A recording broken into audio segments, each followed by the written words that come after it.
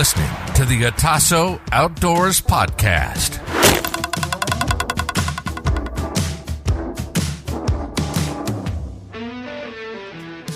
Do. He's looking at me. Do. That means Reed's not here. What is up, guys? Welcome back to the Otasso Outdoors Podcast. I am Caleb. I'm your host, and today I'm joined by my co-host, Hunter Grishke. Howdy. Reed Robinson is a little under the weather. He snowplows, so this is the time of year where late hours, a lot going on, and sometimes pulling 13-hour days.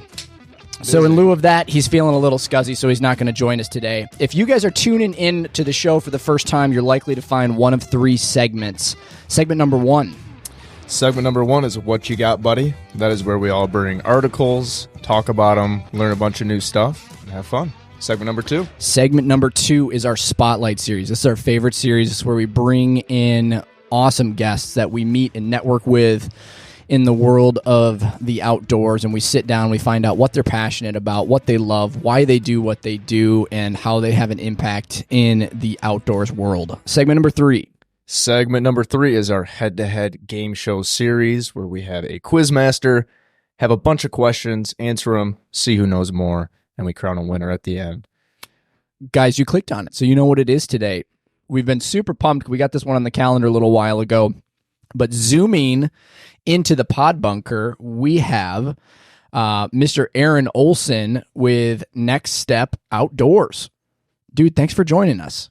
Howdy. Absolutely, man. After hearing more about your pod bunker, I'm a little jealous that I didn't make the trip up, and I'm doing it from my home office. We're gonna get you up here. Don't worry. Whether it's in a couple months or we wait till it's warmer season, you come out and you can shoot the archery course. We'll cook a meal and then do an episode down here. We'll get you out here, but glad you could join us even by Zoom, because we've kind of been itching to hear your story.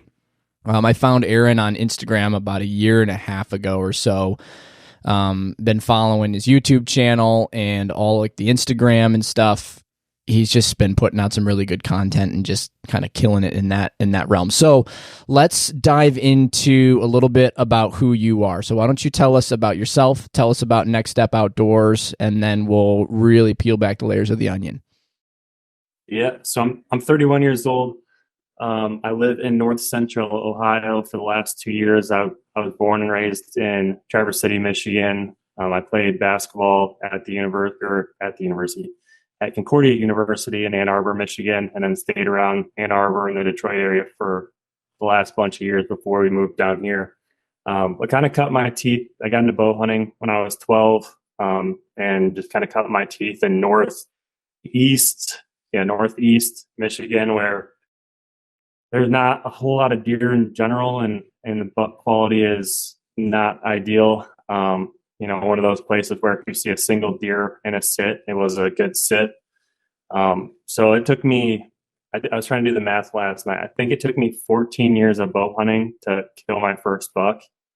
And then since then I've been on a pretty good tear, but I basically started Next Step Outdoors while I was living in the city, in the Metro Detroit area, as just kind of a way to scratch the itch.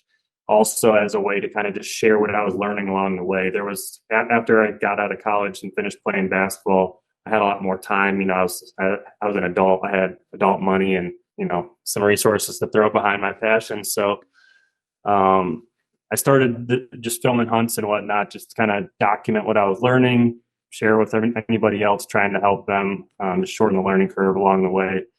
And, didn't really have any great aspirations to turn into a career, but here we are. I quit my corporate job a year and a half ago, and signs of slowing down. So it's kind of my story, and happy to dive into any part of that you want. Dude, I feel like that's the ultimate American dream, at least for the American outdoorsman, the primal aspect in us. It's just, if you could tell any of the guys that we hang out with, hey, if you quit your job tomorrow and just spend time in the outdoors and document and create and just live in nature, we'd do it in a heartbeat, which is awesome. I'm glad you're able to experience that full time now. Yeah, there's still, don't get me wrong, there's still plenty of time staring at a computer screen, but it's a little different than it was clocking in, working 9 to 5. So are you doing all your own stuff, filming, editing, post-production, all of that stuff? Yeah.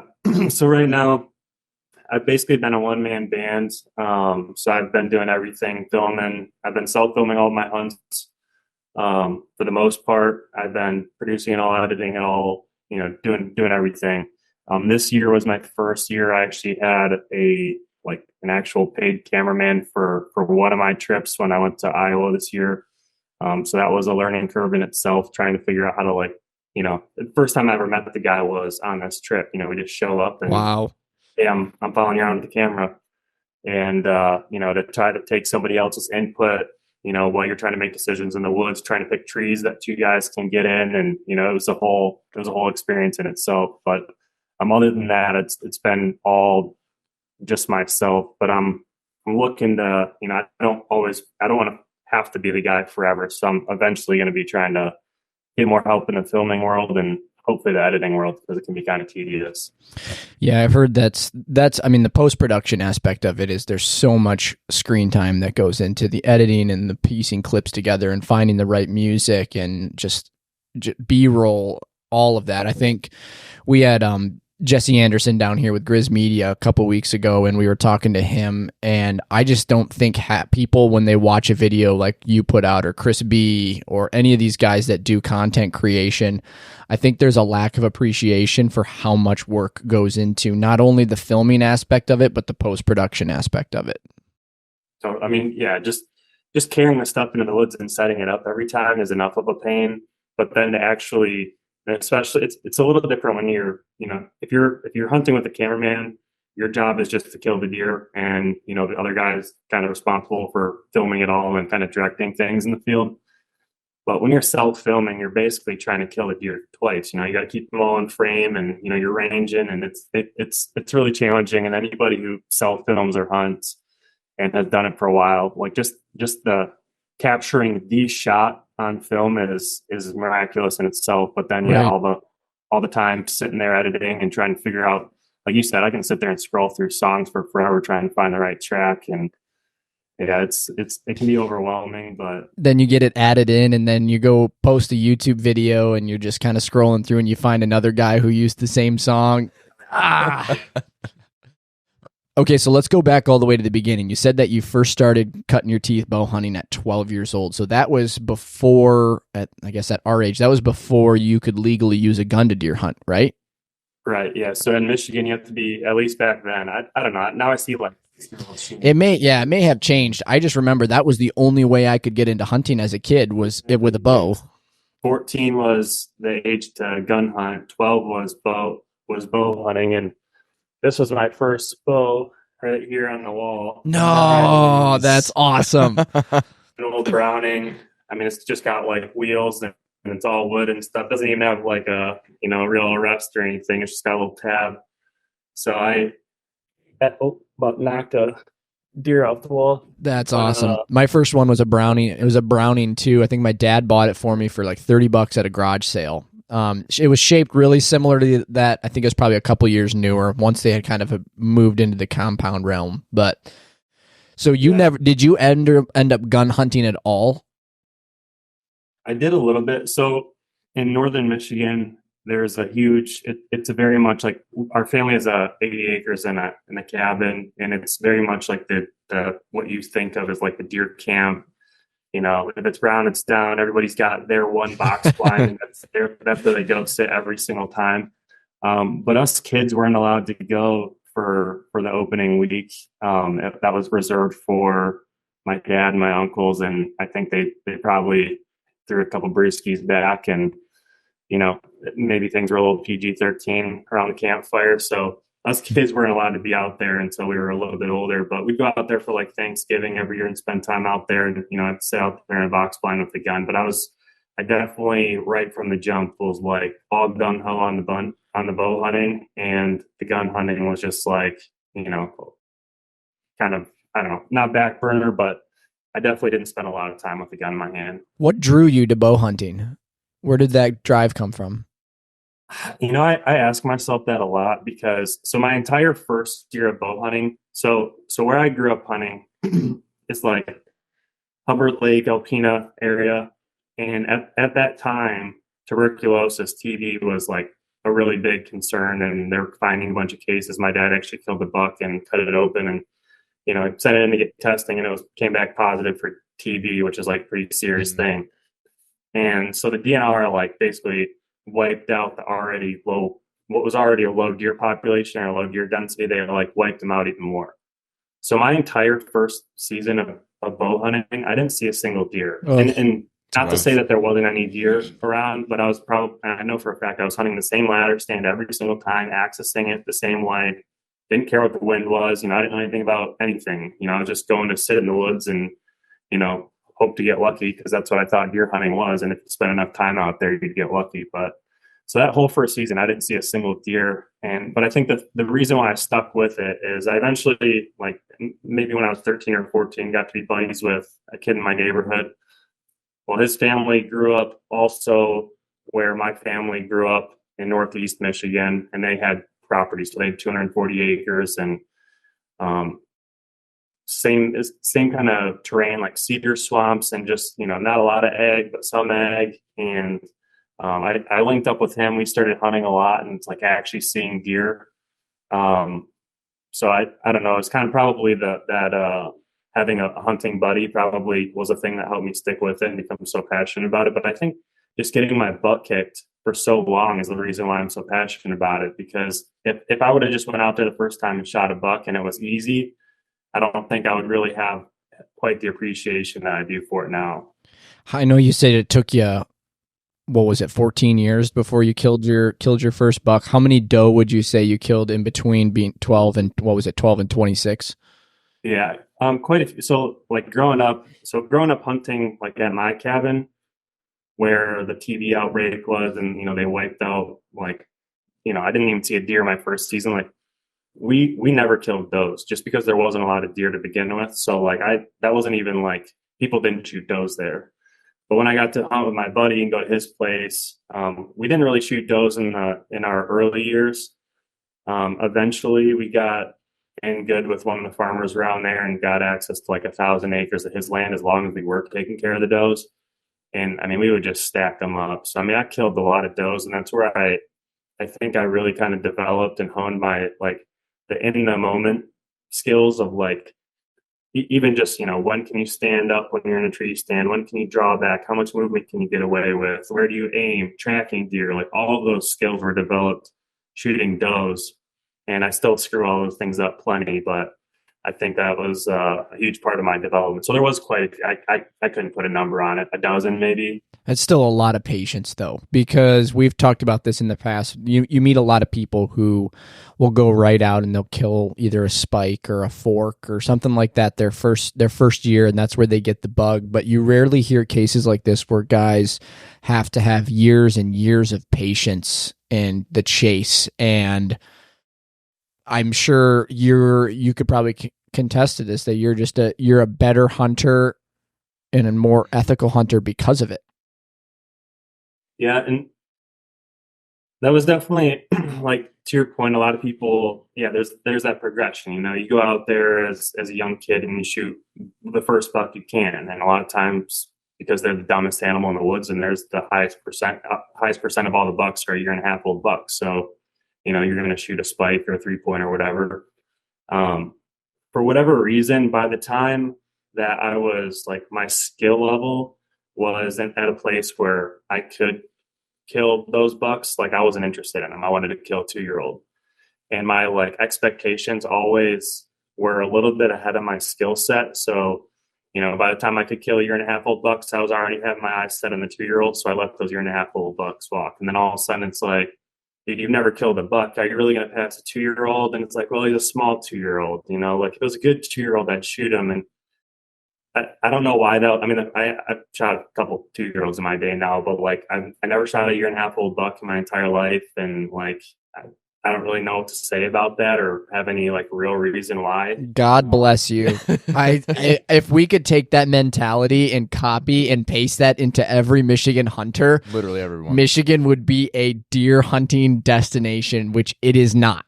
So It's got the potential. I mean, it does. It does. It really has the potential. That's part of the segment I want to touch on with you, because I know you've hunted multiple different states, so we want to dive into like the deer talk aspect of it. But let's dive a little bit more into your history. So you grew up in a hunting family. How many generations?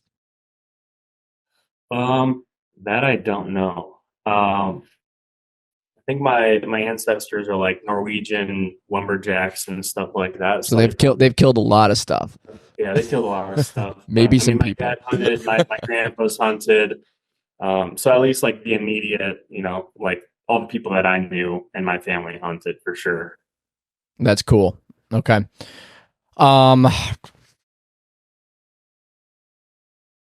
What's next? Okay, so we already covered your preferred method of take. You love archery.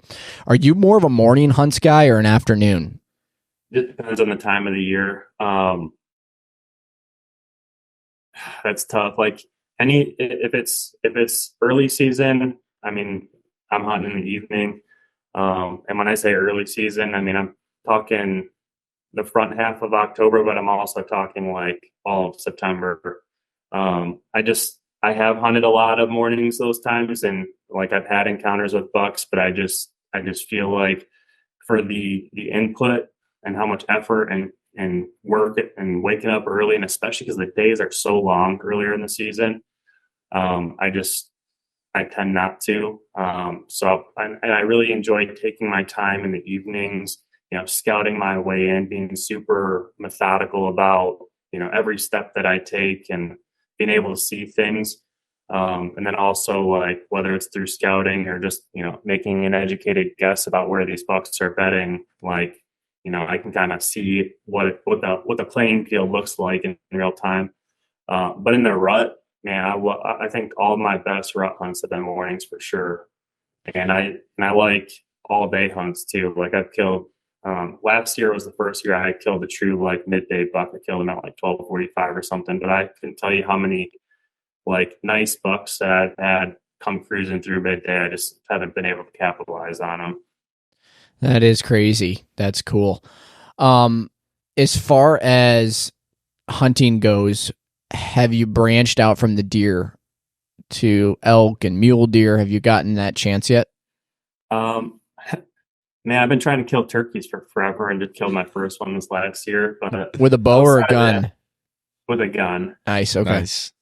Yeah. So I mean, I've spent so much time chasing turkeys, and I'm just terrible at it. So maybe that switch will flip like it did with the deer, and all of a sudden I'll just turn into a turkey killing machine. But as far as big game goes, I've kind of intentionally like for the same reason that I only played basketball in high school instead of being a multi-sport athlete, because I figured if I'm playing basketball and training for basketball all year round, well, this kid's playing baseball and then playing football and then he's trying to play basketball, like I'm going to dominate that kid.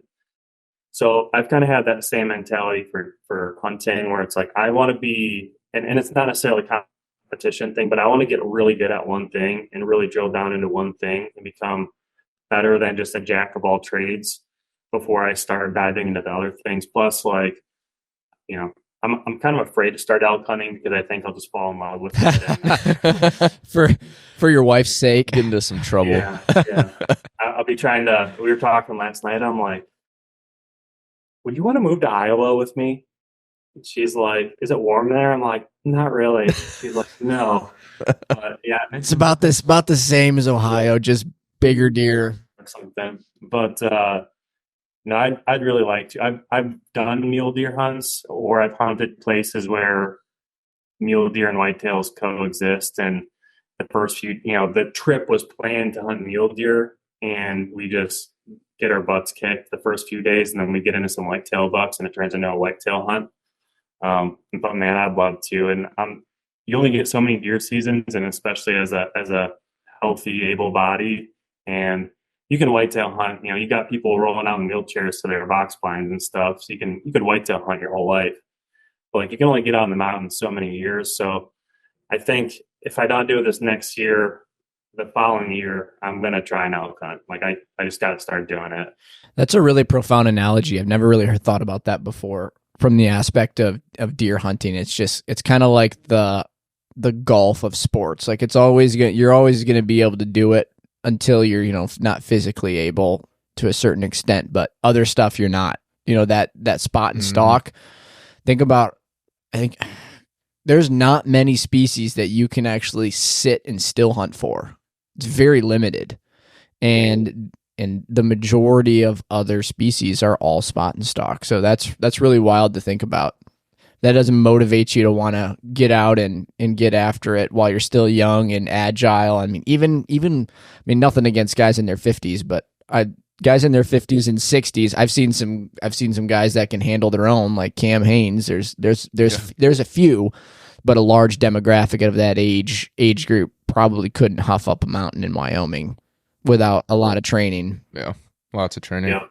So are you more a public or a private land guy? What percentage would you say? I mean, if it was up to me, it'd probably be exclusively private just because I like having control over things. But right now,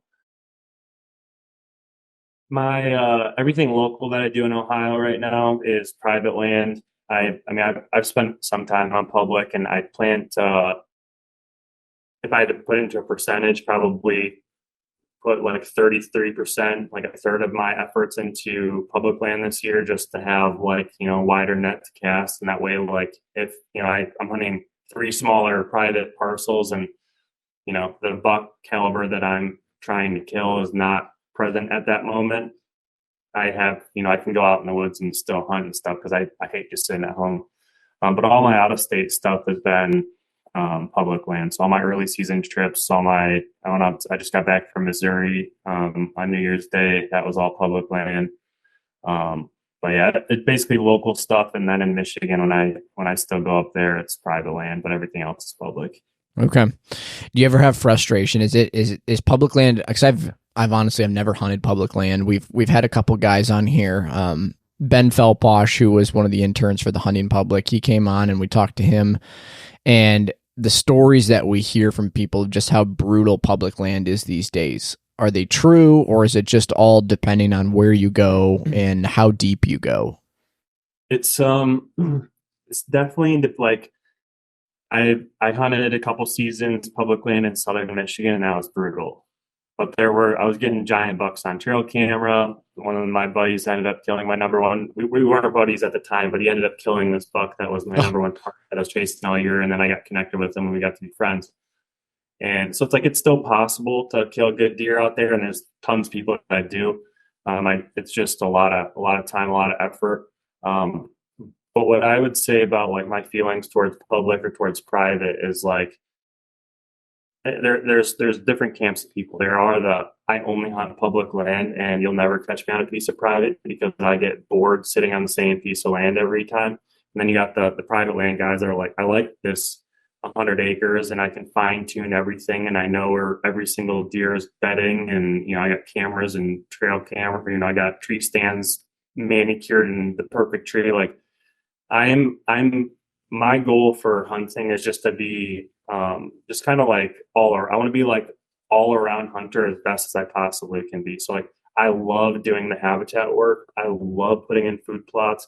I love scouting and shed hunting on private land, but I love the ability to just roam on public. And it's like if there are people, you're hunting around the parking lots and there's just trash everywhere and people blowing up the areas, like go find somewhere else, find a creative way to access, go deeper, go closer to a road. You can kind of think out of the side of the box to get away from people. But from my experience, like the further west you go, typically you go to like places where not as many people live, there's not as much competition on public land.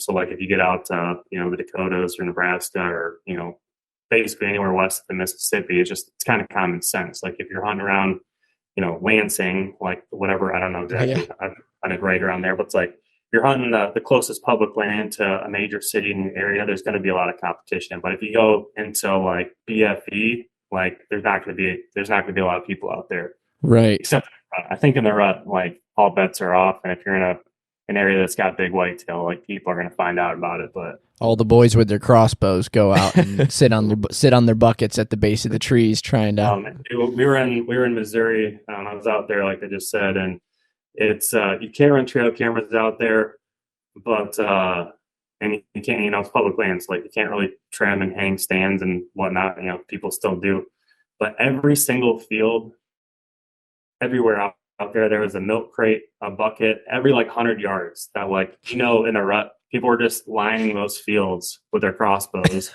just trying to poke one as they walked by. It was nuts. Good grief. So go ahead. Okay. I was just going to say, when you're going to these public spots, are you more of a hang-on guy, using a saddle? What does your setup look like when you're going to public? Yeah, so I'm a saddle guy. I've kind of went through an evolution of mobile hunting. So when I going back to my journey as a deer hunter, when I went from not killing deer to killing a lot of deer and killing bucks and some decent ones, there was two things that really switched. And it went from me hunting the same private land up in Northeast Michigan and hunting fixed tree stands to getting the Onyx Hunt app and getting a lightweight tree stand and sticks at the time, or lighter weight. They're way heavier than anything on the market now. But just the ability to get mobile and then be able to scout and see boundaries of public land and whatnot on your phone. So that was the thing that just blew this whole thing wide open. But I've been kind of fine tuning my mobile setup over time. And I run a saddle now. I run a saddle and just a tiny little platform. Both of them are from Latitude Outdoors. And I mean, even on private land, I have a few fixed stands where they're just, spots that I know I'm going to hunt every year. And it's nice to be able to trim out, shooting lanes and stuff. But even on my private land, I'm bouncing around in my saddle and just trying to put myself in the right position at the right time. And I found it to be a lot easier. It seems daunting to go in every single time and put up your sticks and your platform and clip in your saddle and whatnot, and then pack it all up and leave the next day. But I just feel so, I don't know, liberated to be able to just I can hunt any tree in the entire country with this one setup. So, but yeah, to answer your question, I'll saddle gear for the most part. Okay. That's the one thing for me, like you've said, it was a daunting thing. And that's the only reason why I haven't switched over. We've got a property just south of here that's about 75 acres that we have access to. And I've probably got 14 or 15 stands out there. And every angle, every wind, anywhere there might be a travel corridor. But I've gotten my ass kicked because the amount of times I've been sitting in a stand and the deer are out of bow range. And then it's okay, well, I better put a stand there. And then you cause a bunch of ruckus moving a stand or putting a new stand up, introducing something new into the habitat that they might not be used to. You're getting your scent everywhere. So those are the days where I'm do I get a saddle? Do I not get a saddle? And it's all driven by the not wanting to set up. Because in my mind, it's you think about it, you've got 4 sticks, you've got a platform, you've got the harness, you've got to get set right. I've heard guys say it's hard on their knees, and then, the hanging of the bow and the pack and just all these different moving parts. I was always scared to break into that because I'm worried about what happens if something goes wrong. You forget one stick, or you forget one rope or a lead line or something, and then you're screwed. So maybe you can shed some light on that. Am I overreacting? Am I overthinking that? What's the consensus of somebody who's been doing it? Yeah, well, to go back to the where you see the need for it. It's even on a property that you think you have the whole place covered, and every you have 14 or whatever number you said fixed stands, and it seems like every wind direction, every travel corridor you kind of covered. People think if you're a saddle hunter, that's all you do, and you can only exclusively mobile hunt. It's just a tool to have in the tool belt. So in your situation, it's great to be able to sit these preset stands that are annually, every year they're going to be good. They're always going to produce, but for whatever reason, this buck keeps coming out 80 yards down the field edge and slipping by you. Well, it's pretty nice to be able to go, okay, I saw him do that one night. the next night I'm going to go slide down the field 60 yards and set up again. The trail he's going to come out, it's going to be at 15 yards, and I'm going to shoot him. Like, it's just a tool to have. It doesn't mean that you always have to be hanging and hunting every single time. I do think you are overreacting a little bit, but I totally understand. I totally get it, because to somebody who's never done it before, it's like, it kind of looks complex, and you're like, what the heck are all these ropes, and there's a whole process behind it, and it just seems like a lot of work. I'm super big on efficiencies and just like finding the quickest, easiest way to do certain things. So like, there's just everything from how to hang your backpack in the tree to how you hang your bow. Like, I mean, I've been refining my process every single year, trying to get it down to as few steps as possible and as few touches as possible. So it takes, because you got to think about it. I'm going up there, I'm bringing like 3 or 4 cameras with me every single time. Oh my gosh, yeah. I'm thinking about this.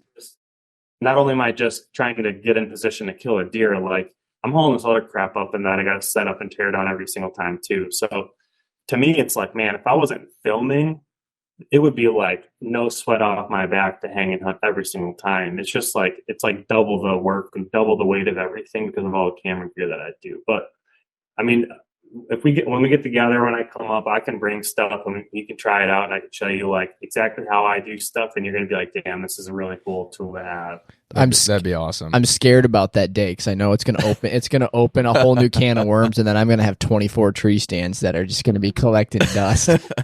I got a stack of these. What I would do, I'd go to Menards every year at this time of year, right after the season, and get the clearance stands. They're like $30-$35, and maybe you can get a 20-foot tree stick for like $30. And I would just load up a cart, like whole back of the truck be filled with sticks and stands.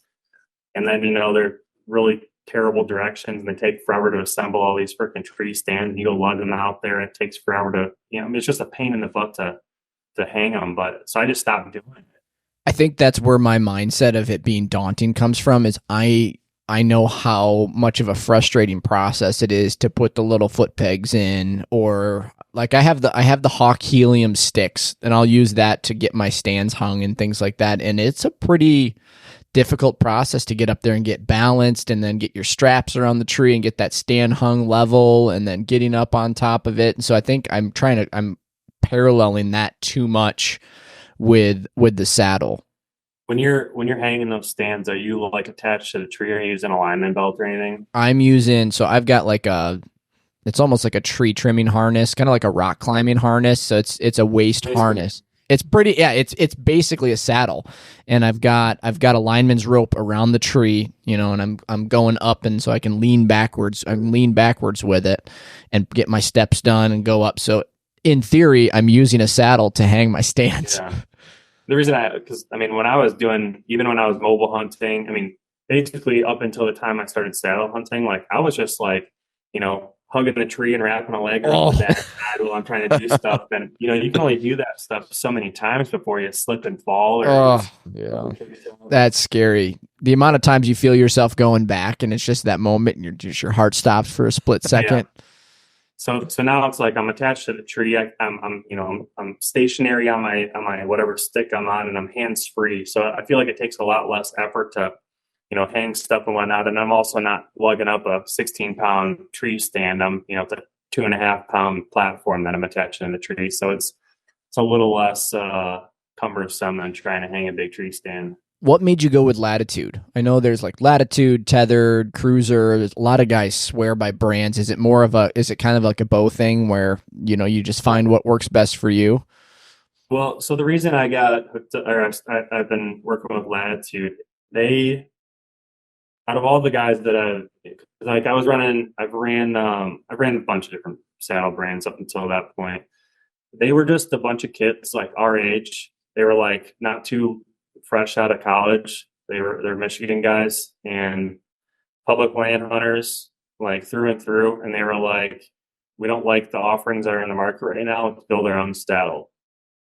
So they created their own saddle. They, created a company and like kicked ass selling these things. And they've been just like super innovative. They came out with, their own platforms and sticks. And I just saw at ATA, they're launching like a new, like mobile hunting backpack and some different gear straps and bow hangers. And like, they're basically like, I don't have an engineering mind. So like when I have problems like this, I can't just like design the perfect solution for it. They have that skill set in their group of that co-own that company.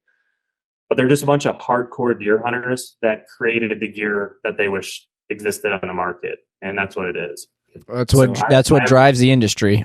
Yep. I have a ton of respect for those guys. And I think I was, not the 2 mile. I was the first person to shoot a buck out of one of their like commercially produced saddles, like actually like sold saddles. They need to get you a plaque right on the wall behind you there.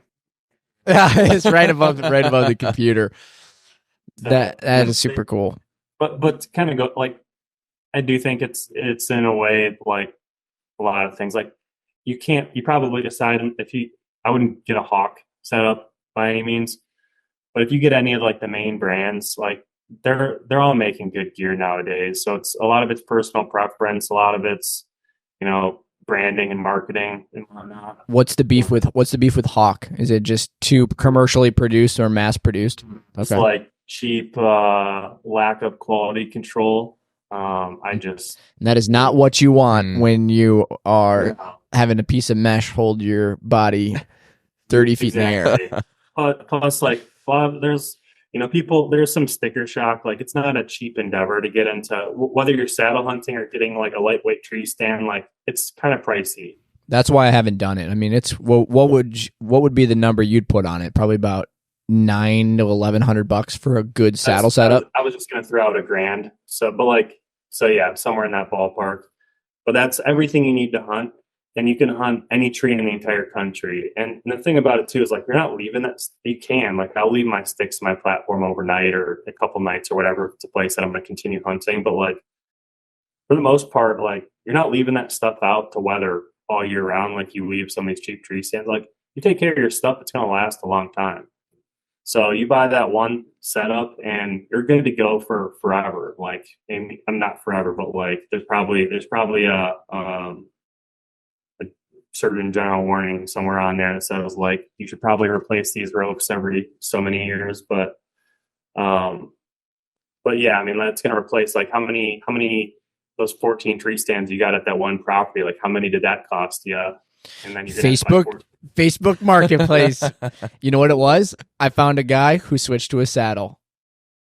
And I filled my truck bed with all of his stands. But also, though, you think about it, those stands are sitting out there all year long. Those little metal cables with the bolts that are holding that platform up. Yeah, absolutely. Like for any guys that aren't wearing harnesses up in those stands, think about that. That's sketchy. That's sketchy stuff. They're, the seats wear out. They're in the elements year round, and all it takes is just one wrong step and weight transfer, and those cables that have rusted out that are underneath the plastic, and you can't see it, and then that gives way, and next thing you know, you're hanging. So what you need to do now is you got to find that guy in Facebook Market that went back to the tree stands. He didn't like the saddle, and he's unloading his saddle gear. I say that jokingly, but like there's so many people, just like the bow world, where it's like new saddle comes out. Oh, I'm selling last year's model because I'm buying the newest one. Like there's a lot of like hunting fanatic, just gear in general. It doesn't matter if it's saddles or guns or bows or so. Like if you go on Facebook Market, chances are you'll find somebody that tried it, didn't like it because they didn't really know what they were doing or didn't give it a fair shake, or they were upgrading to the next year's model, and you could probably get a used saddle, like lightly used saddle at a pretty good price. I'll have to look into that. One thing I did notice when I was shopping for these tree stands is the amount of climber stands on Facebook Marketplace blew my mind. I hate climbers.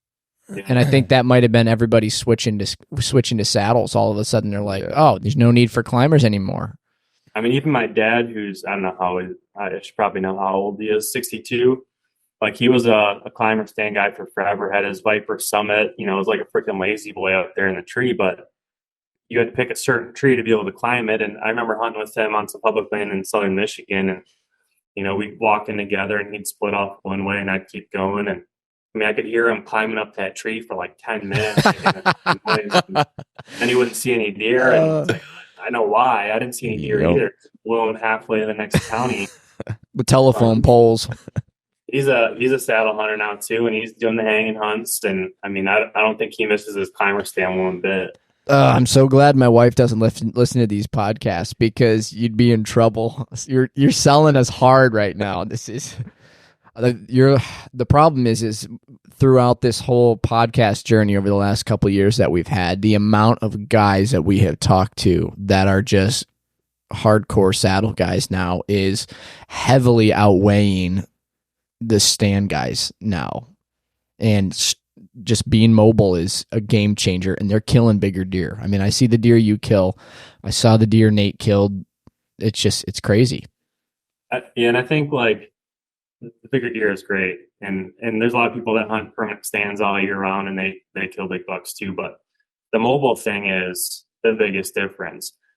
And within that difference, because I switched to a lightweight tree stand, and it was a smaller tree stand, but it still would like stick up a little bit above my shoulders when I was walking through the woods, and I'd have a little bit bigger profile. And you're trying to sneak and duck, and you got branches catching it and making a bunch of noise, and it just wasn't fun. So now everything kind of fits within the profile of my 6'5", 225 pound frame, and I feel like real nimble going through the woods now versus just getting caught and everything. So I think that's like the weight thing aside, like that's one of the biggest advantages in my opinion, is just the fact that you're stealth mode going with a saddle. But also having the ability to correct course or change and make a game time decision and stuff like that, I feel like is pivotal, because it's almost, if you think about tree stands and fixed stands, you're playing a game of chess with the deer, but some of your key pieces are glued to the table, and you go to make that move and you're like, oh shoot, I can't. Whereas, the saddle's giving you full rule of the board. And you don't think like, so say you have a buck encounter and you're in your preset tree stand, whether you get away clean, the deer moves off or whatnot, like they're in that area, they're going to be back in there after dark. They're going to smell your ground scent. Like I feel like they catch on to where you hunt like a reoccurring spot. And if you had 14 stands on a property and bounced around enough, they probably wouldn't catch on. But I think if you continually hunt the same stands, and I think most people, even if you have a lot of stands, you probably have a couple favorites that you're going to, every time I get a west wind, I'm hunting this one spot. And I think the deer catch on to that. And even if they're still coming out in that general area, they're going to be a little wary, and they're going to, they might shade away from that and be out of bow range. So it is definitely nice. I feel like you kind of catch them by surprise a lot of times. Like the best illustration I can put to all this, aside from just the fact of being able to like scout your way in and, okay, here's a fresh scrape or whatever the sign might be that's telling you to set up, and you get in a tree and with your saddle and kill a buck. The like a real live situation that happened last season. I got permission to hunt this piece in Pennsylvania. Basically just a huge fallow field. There's a bunch of clover growing in it, and these deer were like coming up and eating this field. Well, there's a ladder stand in the corner of the field, and the guy that gave me permission to hunt this place said his family member has been sitting at ladder stand, and he's been seeing tons of bucks, but they're all coming out 100 yards down this field edge. So what did I do? I slid down, 75 yards down the field edge, and I set up in my saddle.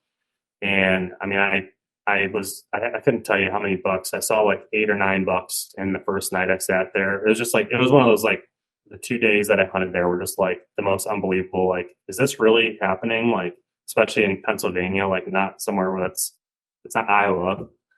But I had so many bucks, and they were like 40 yards to 60 yards. So they were like just out of range, and, I'd shoot 62, but the situation just didn't give me a shot.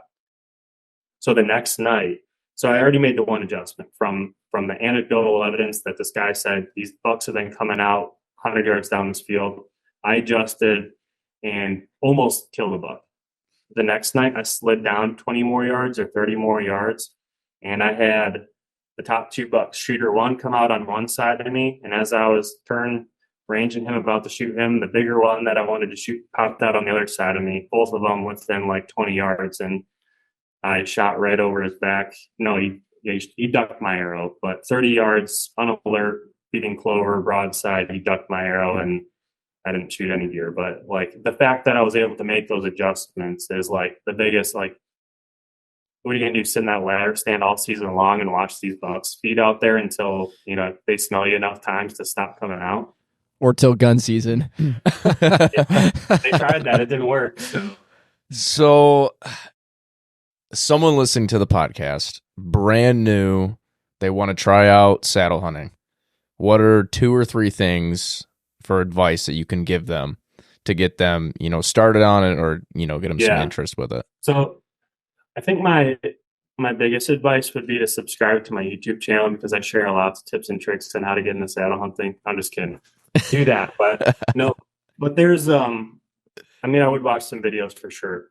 I'm trying to think of probably the best. I would join some like mobile hunting Facebook pages or saddle hunting Facebook pages, and there's like, you could probably just type in saddle hunting groups, and there's like saddle hunter, saddle hunting, and like just join them all. Within those, they have like regional events that'll kind of allow you to come and try out the gear, because like they understand that it's kind of a I don't know, something you kind of have to see in person or try out to like really get a grasp on things. So, or, you know, you could probably find somebody that saddle hunts. I feel like there's a decent enough, you know, a good amount of people that like you guys, like, I'll gladly come up and let you, you know, test my stuff and check it out. But I'd probably try to, whatever I do, I'd try to find a way to just get my hands on one and try it out. So whether it's through somebody on Facebook or a group, but that aside, if you're like, I'm diving in no matter what, and I'm just going to figure it out, I would say to that person, just like, I don't know what I would say.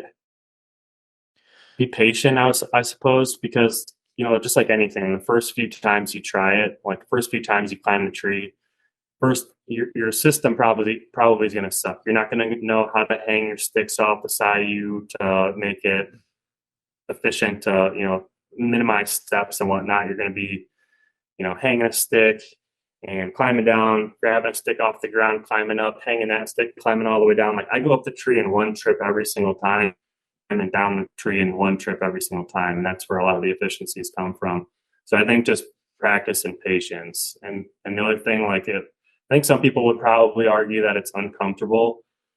But again, I think it just comes down to learning, and you can do this all through YouTube or Google or whatever. Like, there's different adjustments on the saddle, and, you know, depending on how high you hang your tether on the tree, like that's going to change certain pressure points and whatnot. And you just have to figure out what works for you. So be patient and experiment a lot safely at ground level or at like a low level before you jump 25 foot up in a tree. Now, for those of question or not, but yeah, absolutely. Yeah. So for the listeners that don't have resources to be able, you know, you don't have somebody who owns a saddle already, you don't have access to that. It was really ironic you brought that up, because I was doing research recently on different outdoor shows and hunting shows that we could go to network and meet people. And July, for all you Michigan guys, July 26th through the 28th is actually the Mobile Hunters Expo in Kalamazoo. And as soon as you said mobile hunting, that popped into my head. So if you haven't jumped over to the saddle side, I guess that's a huge resource from what I've heard, to be able to get in there and get your hands on stuff and try different ones and talk to the people who invented them and work with them and everything. Yeah, and that shows, like, that one specifically, like, they'll have all the brands there and all the manufacturers, and then they'll also have the accessories, and they'll give live demonstrations of how to do it and how to set things up. And a lot of mobile hunting and saddle hunting is all personal preference. Like, if all three of us saddle hunted for, you know, we had 5 years of experience under our belts, like, we would all do things completely different. I guarantee it. Like, we would set up our saddles differently. We'd have different pouches on our, you know, like, we would just do things differently. It's a lot of just figuring out what works best for you. But being able to go to an event like that and learn from people that do this a lot definitely shaves off a lot of that learning curve and like the stumbling through trying to figure out things by yourself.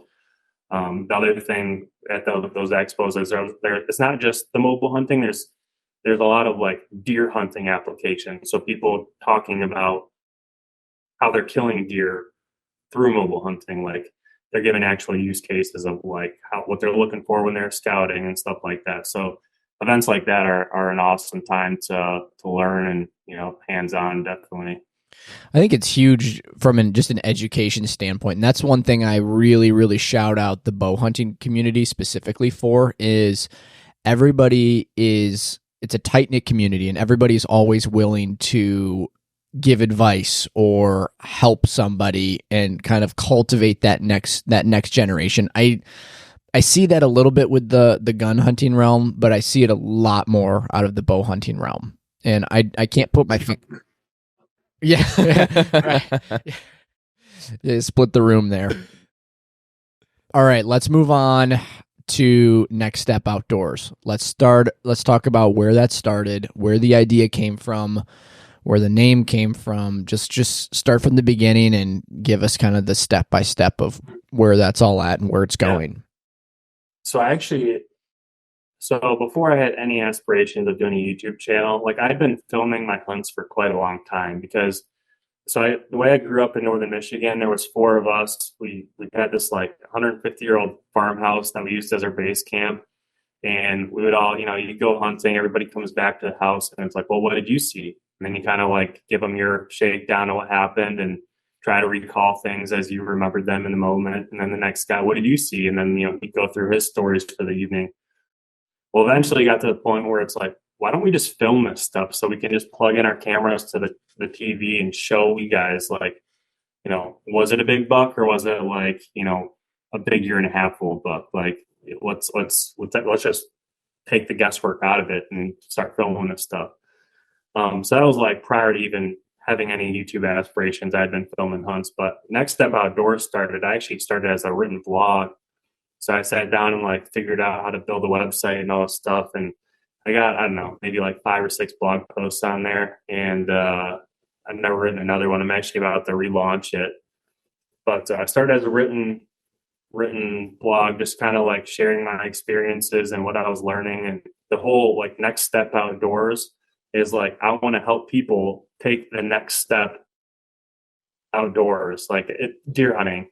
I just left it out at outdoors. I feel like I had the name just outdoors before every single person just slapped a couple words or their name plus outdoors onto the end of it. But it was just like, it was strictly me sharing like what I was learning and trying to pass that along to anyone else that was also on that journey to become a better deer hunter. And then at some point, I honestly don't even really remember what I got. There was a period of time where I got like real into like Dan Infalt and the Hunting Beast, and that was like around the time I started mobile hunting and switching to like more public land and trying to figure out buck bedding and trying to figure out how to set up on all these. And that's when I just started like filming stuff and making videos for it. And again, like didn't really have any dreams of turning into a career by any means. Just kept chugging along. And I will say during COVID, like I didn't get laid off or furloughed or anything, but like at my job, everything was like, we went fully remote. There was no work to do. I was just kind of like there in case something happened. So I had a lot of extra time. So that's when I really started to dive in, make a lot more videos. And like I had a couple pop off and I was like, dang, maybe this could turn into something. And, just try to be as consistent as possible over a long period of time. And sometimes that meant putting out 10 videos in a year. And sometimes that meant putting, quite a bit more. And then as I did that, I tried to figure out, okay, how can I make my videos better? How can I get better cameras, learn how to edit better, do things a little bit differently from some of the, hunting media and hunting TV and whatnot. And, somehow it's got enough traction that I was able to, I quit my 9-to-5 job 1.5 years ago. And like at the time, like I was doing very well for myself in the corporate world. And like, it was funny, towards the end of my tenure at that company, I won like at the end of every year, like all the top performers got to go on like a all expenses paid trip. So Me and my wife now we were down in Florida. I think it was in Florida at this like company paid for event and all this stuff. And I was talking to one of like the big wigs at the company, and he's like, "Yeah, Aaron, I know you're a lifer. You're not going anywhere. You're like you're doing too much here and all this stuff." At that time, I had already made up my mind that I was like, we had a date picked, and I was like, gonna quit right before like hunting season started. So I was like, "Oh yeah, you know."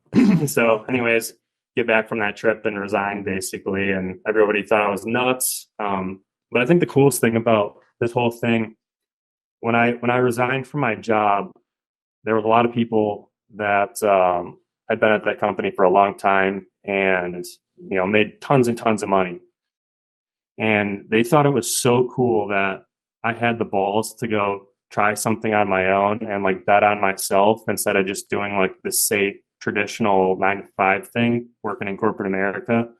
And you could tell that there was like a little bit of envy. It's like, yes, I'm doing fine. Like they were doing fine financially and whatnot, but there was definitely a part of them that's like, man, I really wish I took a shot on myself and like went for it. And they never did. So that was the one thing for me. It's like, I can always get another job, but if I never try this, I'm going to regret it for the rest of my life. And luckily my wife she's a freaking rock star and supported me every bit along the way. And, here we are. We're still chugging along. So is the main source of income now, is it off of YouTube, merchandise? Like where's all that driving from? Because you gotta eat. Yeah, oh yeah. So it's kind of a mixture of a lot of things. Like it's diverse. Like so as a YouTuber content creator, like yes, you make money on the YouTube ad revenue. Like the commercials that pop up before your videos and whatnot, like those companies paying for the advertisement are shelling money in. YouTube takes a big percentage of that, and you get just like a fraction of that, but it does add up to be like a substantial amount if you get enough views. So that definitely helps. There's this whole world of affiliate marketing that I think a lot of people don't really understand. And for those of you that might not know what affiliate marketing is basically like you're selling somebody else's product and earning a commission on it. So the like basically like if I was to review a product, make a whole video about it and say, the trail cam, because this is a real thing that I've done. Like I'm gonna make this trail camera review video, and people are going on YouTube, what's the best trail camera to buy? They watch my video and they're like, okay, that seems like a pretty good one to buy based off everything you just told me. They go click my link, they go to Amazon, buy it, I get commissions on it. So, and that's like passive income. You put that video out one time and you get paid, assuming it's something that's relevant for a long period of time. Like you get paid on that over and over and over again. And it's penny, it's a small amount at first, but over time, like you get enough of that going, like it turns into like a good chunk of change. So those two things, I got working. And then the last 18 months have really been like trying to navigate the whole world of like brand partnerships. And like, that's like, man, that's a beast of its own. The hunting industry is super, I think it's a negative, to be honest, but like everybody wants to do this, right? Everybody wants to have a podcast. Everybody wants to have a YouTube channel or TV show. So everybody wants to say that they're pro staff or they're an ambassador of these different companies, and they're willing to basically sell their soul for nothing. They're like, whether it's discounts or free products. So you have all these people at the bottom, like not to be like negative towards those people, but it's like hyper competitive at the bottom because everybody's at this startup point, or they got a couple thousand Instagram followers and they think they're hot stuff. Hey yo. And like they're reaching out to companies, or maybe like the occasional company reaches out to them and say, hey, we'll send you a free trail camera if you guys make a video about it. And they get all this free content for just like giving out a little product or giving out a 50% discount code. So then it makes it really difficult when it's like you kind of get into that next tier of a creator, and it's like, hey, like if I'm going to work with you, I need money. And it's kind of like it's like a big jump to get out of that bottom into that next one where you're like, all right, like, I need to get paid. But then there's not really a rule book for saying like, hey, I have 10,000 followers. That means you have to pay me this amount of money. Like there's no rule book for that. And, every brand's a little bit different, and it's, going back to like you got to be able to negotiate and know what you're worth. And it's taken a lot of troubleshooting and trial and error to figure out where those numbers kind of lie. And, it's been a roller coaster, but I feel like I'm like this next year, like things are going really well. I've got some awesome partners that I'll be working with, and some that I'm hopefully shoring things up with. But it's been a big learning curve because there's not really anybody out there like pulling people along and telling you what to do. Right. You're kind of pioneering it yourself. And that's honestly what I really appreciate about you is you have started this from the ground, and you've bootstrapped your way all the way through it from start to finish, and growth even further from there. And that's really, really cool to see. The little things you talk about with affiliate marketing and selling yourself and knowing your worth, I can see the sales aspect coming out of you from that corporate America. And you were able to take that and transfer it over to the outdoors realm, which is super cool to see. I've kind of laughed because everything's kind of coming full circle. You're trying to, when I was in sales, like you kind of make your target list of the clients you were trying to get or whatever. And then you'd have to call on those people. You'd have to track down their contact info, whether it was their phone or their email. And then you'd have to like approach those people appropriately. And, in the midst of all these other people reaching out to those same people, trying to get money from them essentially, or sell their services to them. And it's kind of the same thing. It's like, I'm going through like, okay, like, I'm going to make a list of every bow manufacturer, and I'm going to look up and try to figure out who the appropriate contact person would be. And I'm looking them up on LinkedIn, or trying to like do some like backdoor digging to find an email, and then like crafting an email to like get myself in front of them to like, because they, there's so many people out there, they don't know who the heck I am. And I think that's the biggest, like, unfortunately, and not to be a dream killer for anybody who's listening to this, wanting to do this, like, I kind of figured you'd get to a certain point, and then like companies would just start like, hey, Aaron, we want to give you this. We want to pay you. We're going to like, it hasn't really happened like that. A lot of it's been relationship building or outreach on my part, where I'm initiating a relationship with these brands, and then like figuring out how I can add value, and then like, going. So it takes a lot of intentionality and a lot of legwork on your part. Now, here's something that I hear a lot when in the affiliate marketing realm that you could probably shed some light on. I know there's some guys that will just kind of spray and pray, and they're just like, hey, I'm just going to put out feelers to as many brands as I know, because at some points, you got to generate an income. You've got to create that cash flow.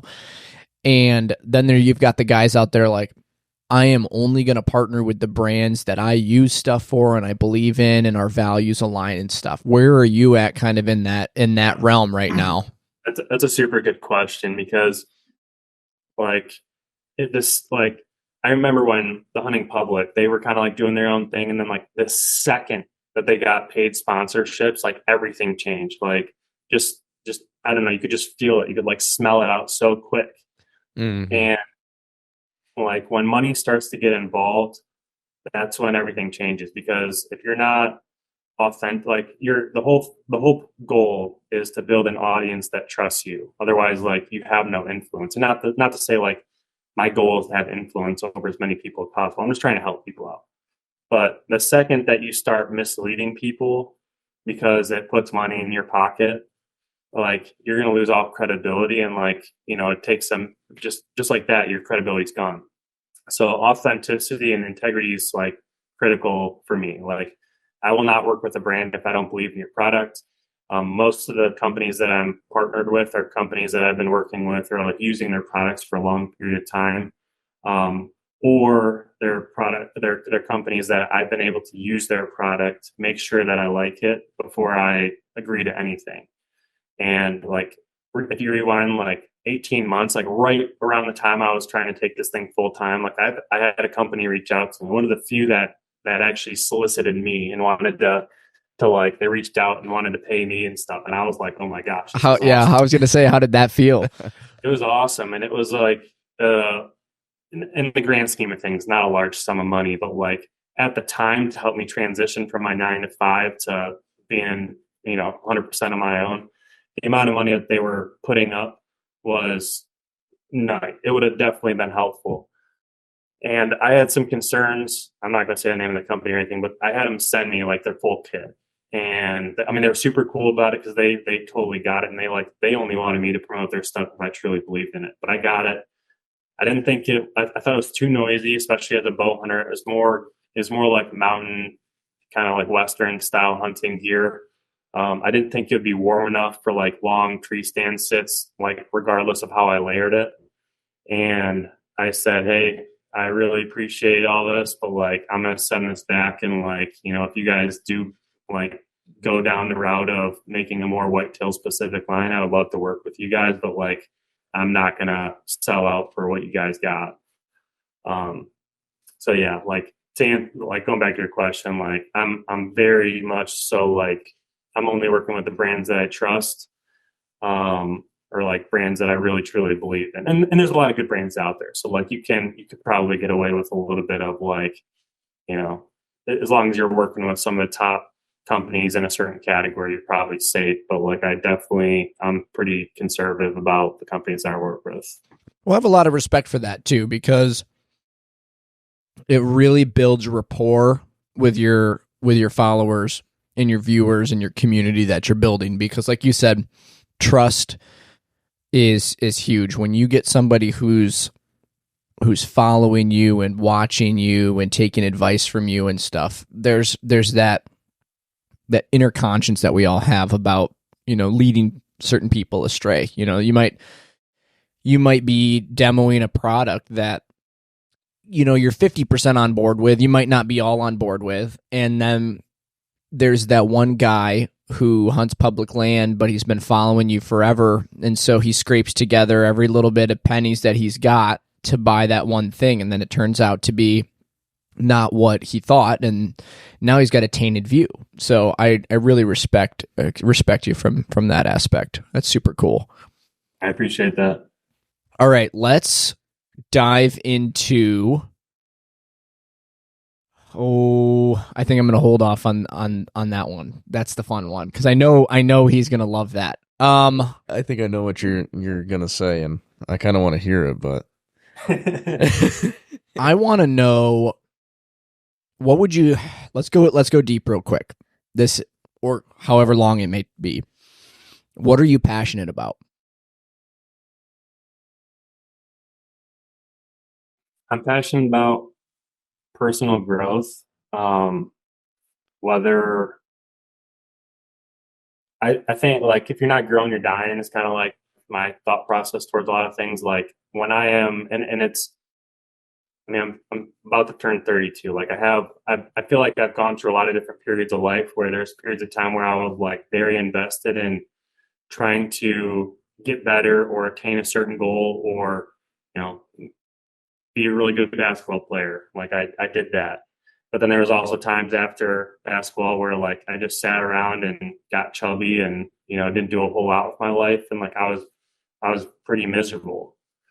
And I'm always at my happiest and feeling the most fulfilled when I'm like actively working towards something. And it's not necessarily 100% about the end goal.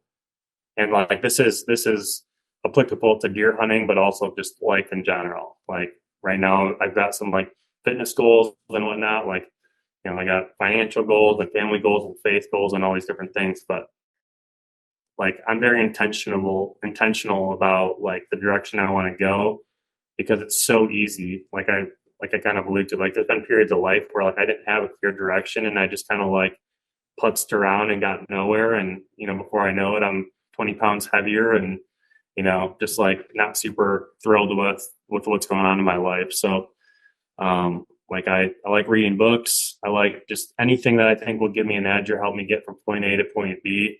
And, like, I'm one of those guys that like, I'm not going to Cam Haynes or Goggins you and whatever, but like, I hate wasting my potential. So like, every day that I'm a bum, I know it's like, man, I could be a little bit better. I could be that much further along in my goals. So like putting that towards my deer hunting, like obviously I want to kill big bucks, but like above all of that, my goal is just to get better as a deer hunter. And that's why I think I'm so passionate about it, because there's unlimited levels of it. Like you're never going to master everything. Um, so like I intentionally put myself in different positions. Like I did a late season trip to Missouri this year that I've touched on a couple times, but it's like I'd never done a lot of late season deer hunting.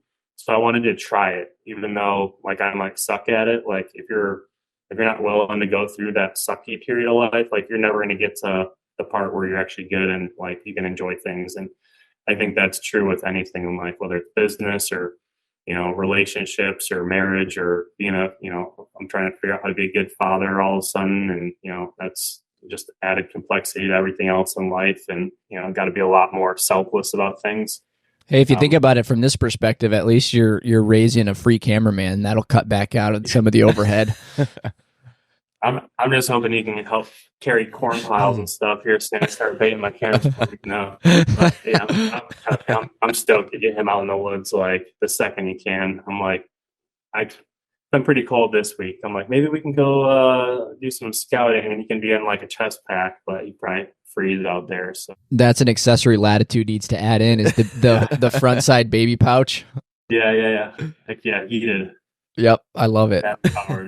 All right, so if you go back and tell 13-year-old or 12-year-old, however old, adolescent Aaron, you give him a piece of advice, what would it be?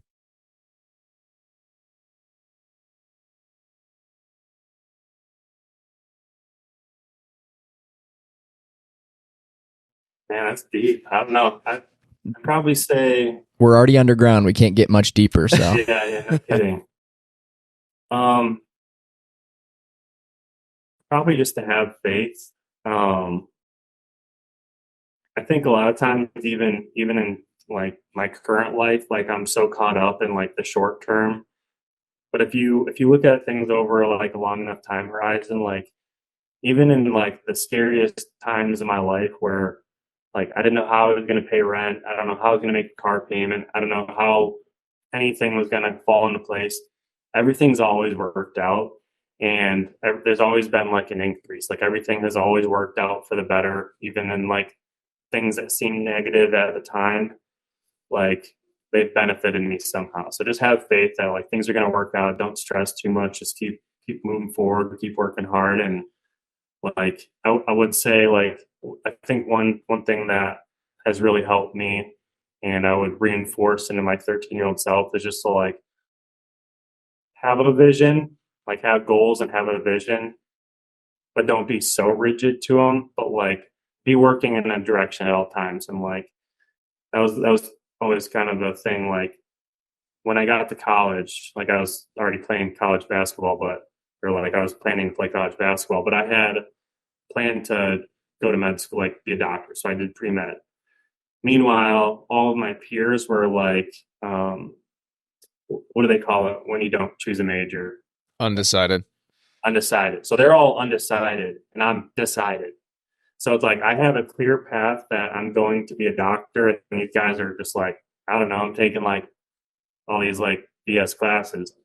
Well, I was like well on my way to finishing my undergrad, and got involved in some business ventures that all of a sudden it's like, okay, maybe I don't have to be a doctor to make a good living for myself. Maybe there's other opportunities out there. And I pivoted and kind of went down a different road. So like have a vision, but don't be so rigid with it.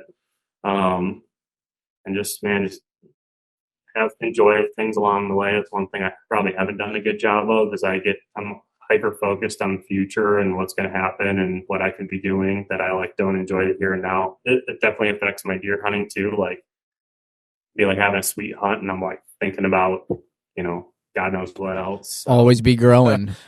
That actually is a really good segue into my next question. My next question is, I've always had this thought that taking camera gear and producing content is so difficult that it takes away from the experience of hunting itself. So my question for you is, I know you said you've been filming for a long time. So has has it gotten pretty normal where it's like second nature for you, or does it feel like you really have to set aside time and stretch yourself to produce this content?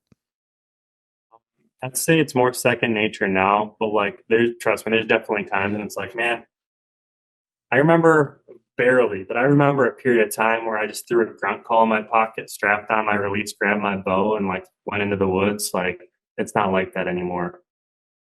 And it's a full blown. I mean, for you, it's a full blown production. Yeah, but like, so to your point, like, does it take away from the hunting?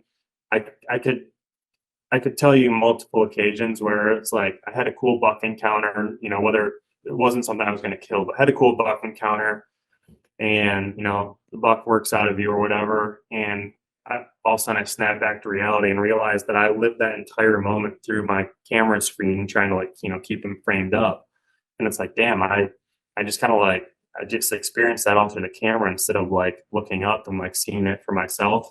But now I have that moment captured in time. So yes, does it take away from some things in the moment? 100%. But you know how cool it is to be able to look through, and especially after I produced all these hunts, to go in and it's like just seeing myself like 5 years ago or whatever, and like seeing how I talked and my vocabulary, and seeing what happened and the bucks I shot and the deer and all these different encounters. Like it's so cool to be able to go relive that and share it with people, and that's why that's what really started this whole thing. It's just I wanted to be able to share that with people and be able to, like, for my own sake, like selfishly, just to be able to relive that.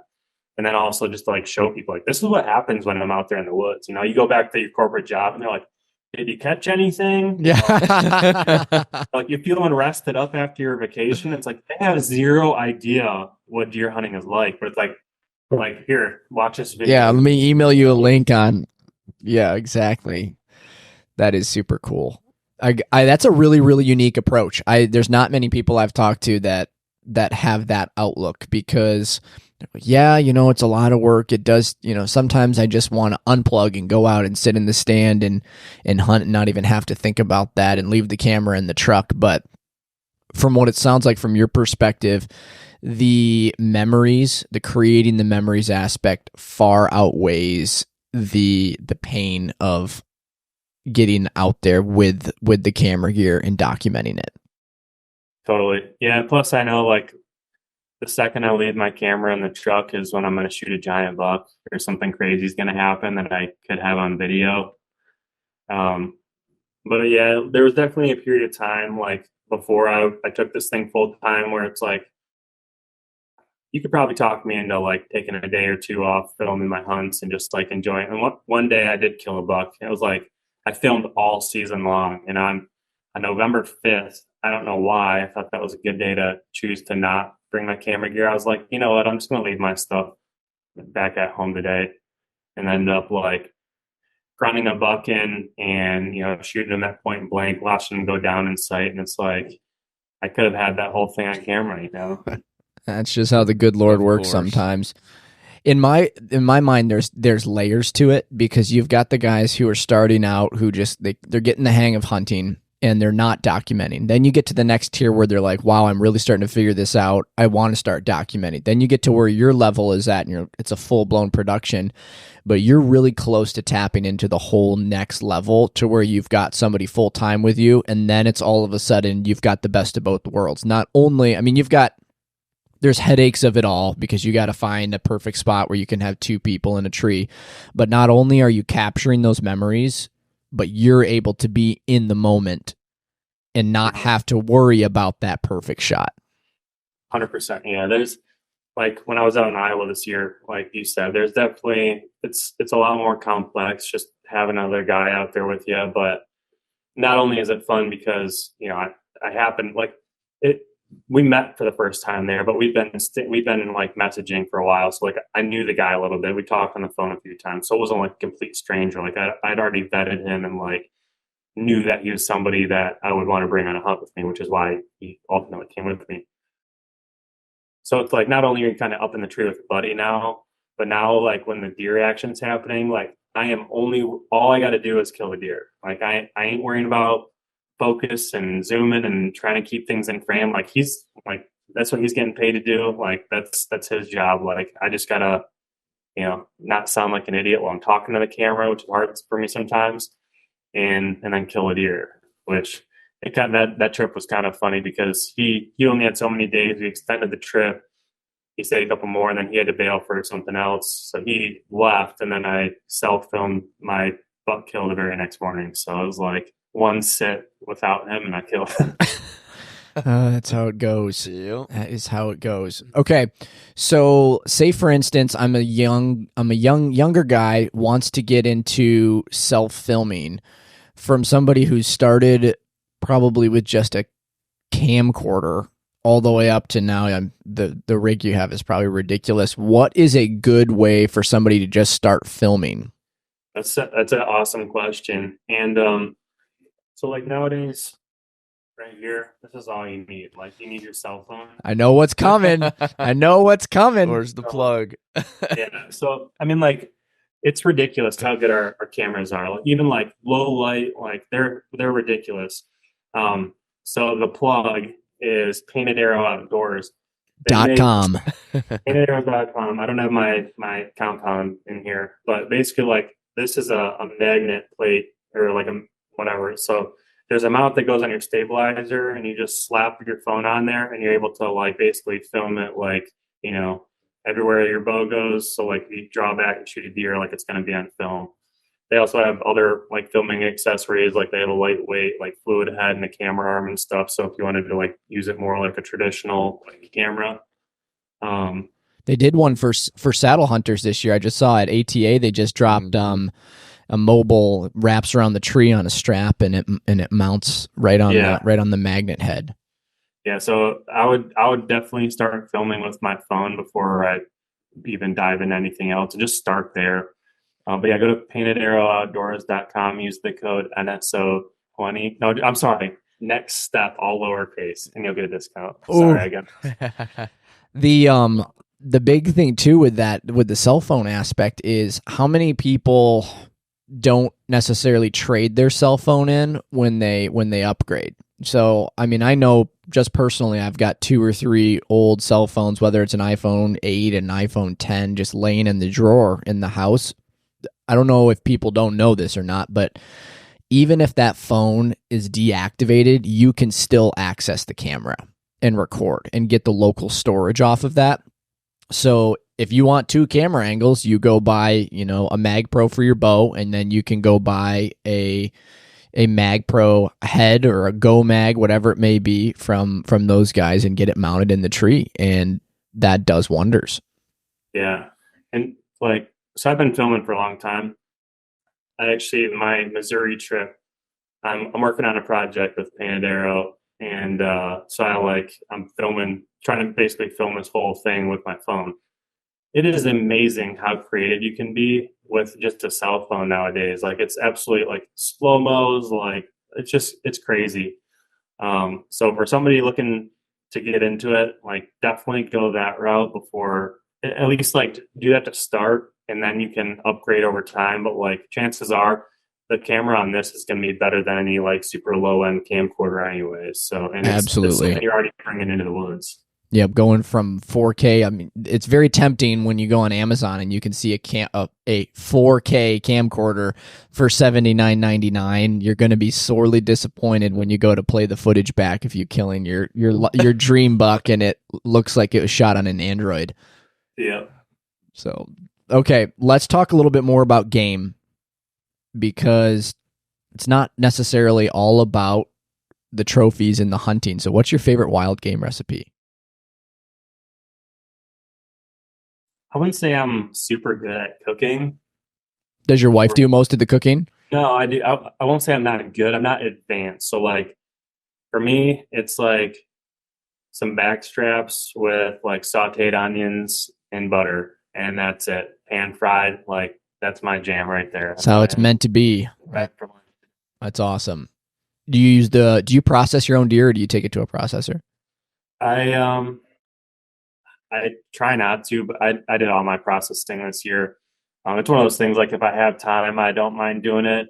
I will say, like last year, I took my no processor and didn't like the job they did. So I've been doing. I'm gonna try to I gotta get something better rigged up, like a hoist in my garage and stuff, because I've been butchering them on the ground and it's kind of a pain. But yeah, I've been doing basically. There's something super empowering about you're eating something and it's not only did I kill this, I skinned it and packed it all out or whatever. I processed all this meat. I cooked it, and now it's nourishing my body. That's pretty badass. Yeah. I agree. Yeah. There's something inside of me that's been itching to do that. We've taken it to a processor for years because she mixes the pork fat in with it and does the smoked sausage, and it's awesome. That stuff's nice, and some of that stuff's kind of tough to do yourself. So if you want some of the specialty meats, dude, you can make some killer jerky at home. So absolutely, yeah, it's pretty nice. I like that aspect of doing it yourself. We'll get there someday once we've got the right space for it, and it is more rewarding to be able to sit down at a table with friends and know that your knife touched every piece of meat that is in that freezer, and it was all by your hands from start to finish, from the scouting to the digestion. 100%. Yeah, and that's one thing. I'm sure most processors do a great job, but I'm super particular. I cut out every tendon and every bit of silver skin, and I don't know. I'm pretty particular about how I like my meat. It's because you grew up around the northern Michigan deer, so as much of that stuff you can take out, the better. Exactly. So, yeah, I don't know. There's just I know that nobody's just like anything. Nobody's gonna care as much as you do. So I'm not that good at it. When you start processing your own meat, it really helps to know all the different muscle groups because they separate when you cut them, and it's just easier to clean them up. And I'm not super great at that yet, so I'm just kind of hacking away on the hindquarters and whatnot instead of getting this beautiful chunk of roast. And I just grind everything in a burger anyways for the most part. But okay, so you're saving the back straps and maybe the tenderloins and then grinding everything else? For the most part. Okay. Or I'll cut a lot of that stuff into strips and make jerky out of it. That is awesome. Do you dehydrate or smoke it with the jerky? I've never done the smoker. I've been using a dehydrator. Time to upgrade. Next time you're at your local Costco and they've got a deal on a Pit Boss or a Traeger or pellet grill. Best. I have an electric smoker, but I'm sure it works. It's I can't even tell you what it is, but it's not like a grill style. Oh, it's the vertical ones. Yeah, like a Camp Chef or something. Those are great too. You can make jerky in those. We do it all the time, just low and slow. And do you have you ever used the jerky pistols with the ground versus actually cutting the lean steaks?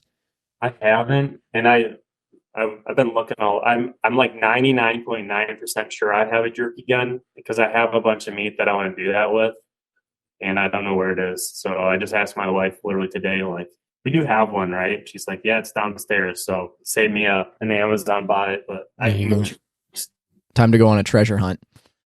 Let's talk a little bit more about deer. I want to know, because you're one of the rare guests that we're going to have that has seen deer in multiple different states. And as you know, from hunting in Michigan, we have a deer population issue where there are way too many deer and way too little of bucks. I mean, there are big bucks, like we've talked about. There's little pockets and cells and whatnot. But compared to Indiana, compared to Illinois, compared to Iowa, I mean, even compared to Ohio, Michigan is lacking, especially north of Clare. When you hit that northern Michigan UP area, it is bad. And it did not used to be. I remember talking to grandparents and great-grandparents, and they'd tell stories of guys coming across the Mackinac Bridge with booners. And there used to be a thriving population. So my question for you is, what do you see in that the other states are doing that Michigan is not doing? And what do you think Michigan could do differently to help, the deer population, but also help us grow bigger bucks? Yeah, I mean, it's one of those things that every diehard deer hunter talks about and debates, but deep down, the DNR is probably never going to change. Is it I hope they is it the tag thing? Is it the combo tag? Is that's what's really hurting people? so for starters, I was like, if it was up to me, like if I could wave a magic wand, That's more that's more what we're asking. Yeah. Like, what would you do tomorrow? I would make it a $1 state in a heartbeat. Like there is, there's obviously different areas in Michigan. Like there's like, again, like I think the Northeast Lower Peninsula is pretty poor, like soil quality and everything else is real sandy. Like even an old buck, I kind of doubt would grow a huge rack, but like I'm sure it would be a lot better than it is when they get killed at 1 or 2 years old. But like Southern Michigan, like has the potential. Like there's a great mix of agriculture and like marsh, swampland. Like there's the cover, there's the food, there's the soil quality. Like so that's what I would do is just right there drop it to one tag and then like hopefully and ultimately, like regardless of what actually gets changed, I've seen a million different things proposed. It's the culture that needs to change. Yep. And there's a lot of people out there that are still under the camp of like, or in the camp of like, it's my tag, don't tell me how to hunt. Like this is something I do struggle with because I have friends that I grew up with, and not even that I grew up with, that I like got to be friends with when I was like a young adult, like college age. And they grew up in Southern Michigan, and they're showing me pictures of these like 130s to 150s on trail camera on this private land that they have access to hunt. Yet they shoot 1.5 year old bucks every year, and it would drive me nuts. But the thing is, like, he would post these videos of him, like his reactions after he shot this buck, and he's just like, and it's like, who am I to like? If you're genuinely that excited for shooting a spike, like, and you're proud of it, like, I'll give you some grace. But like, I think there's a lot of people that just go out there and whack the first buck they can just because it's like, I got to get my buck for the year. I got my buck. And it's like, dude, that's literally a bait. And you would get your buck next year, or you'd get your buck this year if you just didn't kill those bucks. You'd shoot a bigger buck. Like, I think the culture is the biggest issue, but it's just how do you go about like, what rules do you implement to make that shift? And I think if there was only a $1, people would be a little bit more selective because it's not like in Michigan, a lot of people, they'll shoot the first buck that they can, which a lot of times is a 1.5 year old buck, but then they're going to be a little more picky with their second tag. But they know since they have that second tag, they're a lot more likely to just shoot whatever with the first tag. Whereas in Ohio, for instance, it's a $1 state, or Indiana, like, you shoot 1 buck, you're done buck hunting. Like you can buy doe tags, and in Michigan, especially, you should buy 10 doe tags and try to kill all of them because there's so many dang deer. Oh my gosh, yes. I mean, I think we looked up a stat. We talked about this the other day, but excluding block permits, I think just in the regular season, so October 1st to January 1st, 42% of the deer that were harvested and reported were antlerless.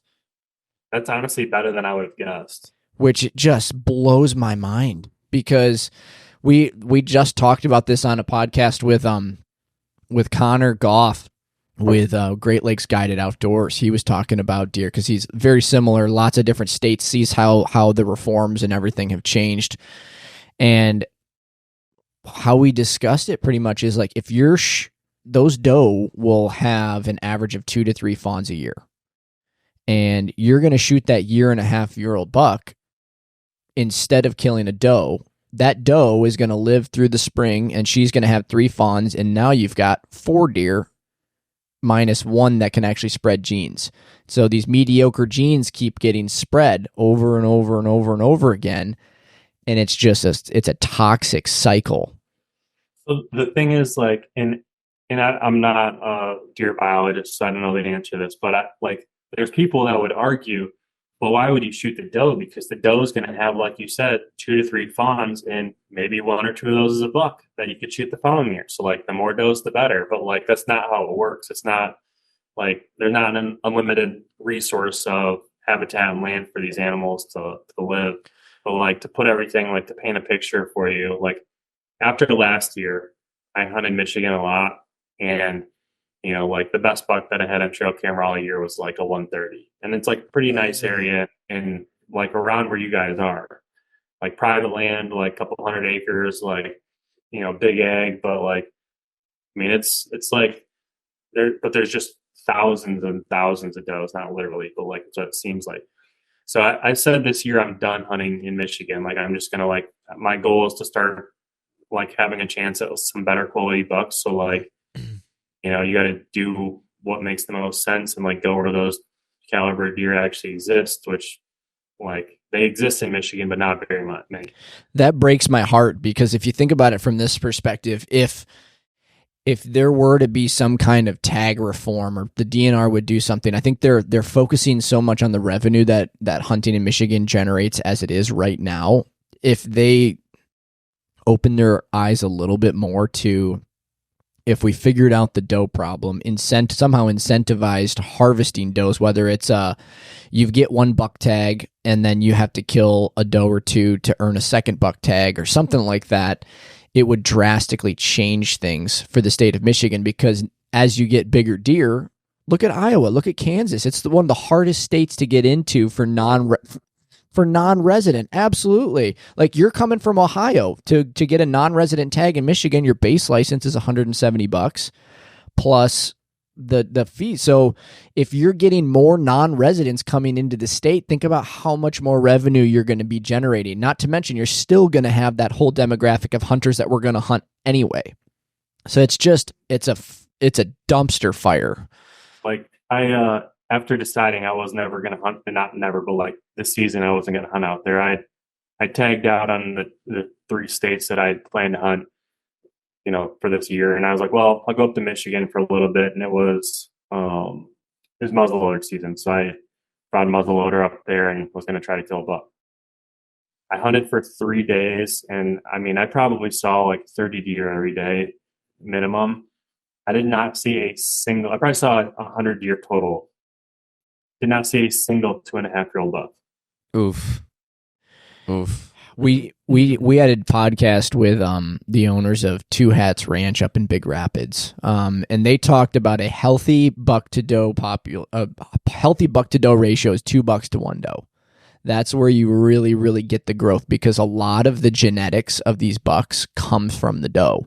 So if you have an overpopulation of doe, it really, really messes with the bucks, because you've got these older, gangly, cull bucks that are spreading their genetics. Like you observe deer when you're hunting. If there's one doe and you have a 1.5-year buck versus a 3.5-year-old buck, which buck is likely going to breed that doe? The more mature buck, they're going to run them off. And so if you've got an old, I don't know, that would be the argument that would be tough to combat, is they would say, well, we're killing the small bucks so that the older bucks can spread their genetics, but also the older bucks might have garbage genetics, and so you're potentially killing a buck that you don't know what his full potential is hit yet, because they don't hit their full potential until 4 or 5 years old. I think that's the biggest thing. Like, there's probably a different, there's a cause and effect, like in any situation, in any direction you go. But at the end of the day, like, they're never getting to an age to be able to express even a percentage of what they're going to turn into. So like, how are you going to know?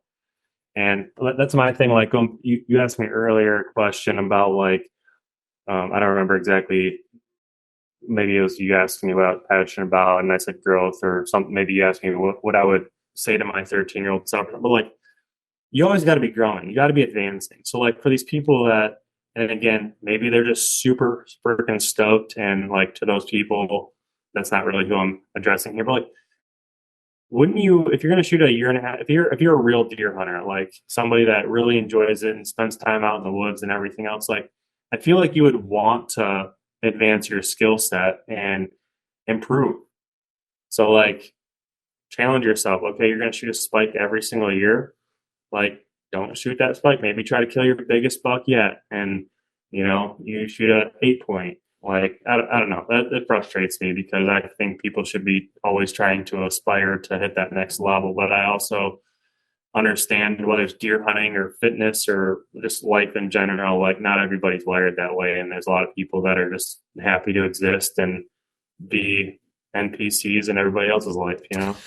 I think we'd be more likely to see a change if we were to clone your DNA and then put it in, say, a vaccine and spread it amongst all people in Michigan. That's when we'd see the real change. Because if I could copy and paste your mindset, you're the perfect example. You started bow hunting at 12 years old, and the amount of bucks you passed on until you were 26. Like, how many year and a half? Dog shit deer hunter, I think, was the biggest combination of the two. Like, how many year and a half year old bucks did you pass on from age 20 to now? A lot. Yeah. Exactly. Yeah. That's the aspect of it. And I think a lot of it is, there's three categories. There's education. I think there's really, like, we as the next up and coming generation of hunter, we need to do better at educating. I think that's where the prior generations really fell short, because one conversation we had about it is, you've got the older generations that hunted for meat. So they did not care about the trophy. They were putting a meal on the table because they had to. And then the boomer generation kind of fell off a little bit because they had access to the grocery stores. You know, there was a weird disconnect of like, oh, we're not hunting for meat anymore because we can go down to Meijer or Publix or Winn-Dixie and pick it up. And then we're like the first generation that actually looks at it and says, hold on, there's a problem here. Let's look at it from a scientific standpoint, from the habitat, the management, the aspect of, we see what's happening to crops. We see what's happening to habitats, and even like around here, suburban areas are just getting decimated by these deer. And I think our generation has access to more information, so we know more, and we're able to find out more. Information travels at a faster pace, so we're kind of the pioneers in the education realm. So that's where I think we can have at least using platforms like this to communicate to people, and maybe make, you're always going to have the bottom 5 to 10% that are going to get fired up and tell you to go kick rocks and I'll kill whatever size deer I want. But then you might have one or two people that are like, I never thought about it from that aspect. And then they start practicing it, and it's just like a mustard seed, and all of a sudden it explodes, and boom, problem solved. Yeah. I mean, I'm not going to hold my breath. I hope something changes. I think, I don't know. The people that are probably screaming the loudest about this whole thing are the people that care the most about deer hunting, and people that are most passionate, like people like us that think about it every day and spend a ton of time out in the woods. I got to imagine there's some super wealthy deer hunters that could probably lobby for our benefit here and, make some change. But that's more what I'm thinking. It might take time for us to grow a platform, but at some point, when you get a loud enough voice and you network enough, you might end up becoming that lobbyist. You might be the person that all of a sudden you meet the right people, and next thing you know, you're in a legislation meeting with the DNR having the conversation on behalf of 40% of hunters in Michigan that are on board for trying to solve this problem that we have. So we'll just keep a little buck shaming until then, I guess. Got to do it in a loving way, because man, it's hard sometimes. It's hard.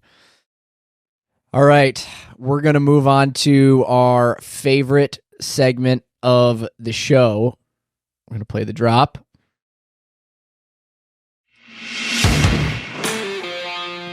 Here at Atasso Outdoors, we are gearheads. We absolutely love gear. We're obsessed with gear, trying new gear, experiencing stuff like that. And based on our conversations, I am guessing you are a gear guy through and through. So what we're going to do is we're going to talk gear, if you're ready for that. Yeah. All right. So question number 1 of Gear Talk. What are 5 pieces of gear, weapon excluded, that you must have with you when you are going out to the stand? Maybe should we exclude the saddle too, since we already know about that? Yeah, let's exclude the saddle. So we exclude your weapon, we exclude your saddle, and your camera gear. Outside of that, what are your top 5? Just a tree stand that I already have. I mean, it's more like we know. We'll say it's like your top 8, but we already know your bow's one, your saddle's one, camera gear's the other. So what are 5 pieces of gear outside of that it's like these are things that I have to have? Totally. I for sure would say, and like, there's gonna be people out there that are like, you damn kids and your phones, but like, I would say my phone 100%. Like, I have the Onyx Hunt app constantly, and like, it doesn't matter where I'm checking my trajectory and looking at different things and how I'm measuring how far I am from different things as I'm hiking in to make sure that I'm not gonna get too close to where I think they're bedded or whatever the case might be. But like, my phone's definitely one.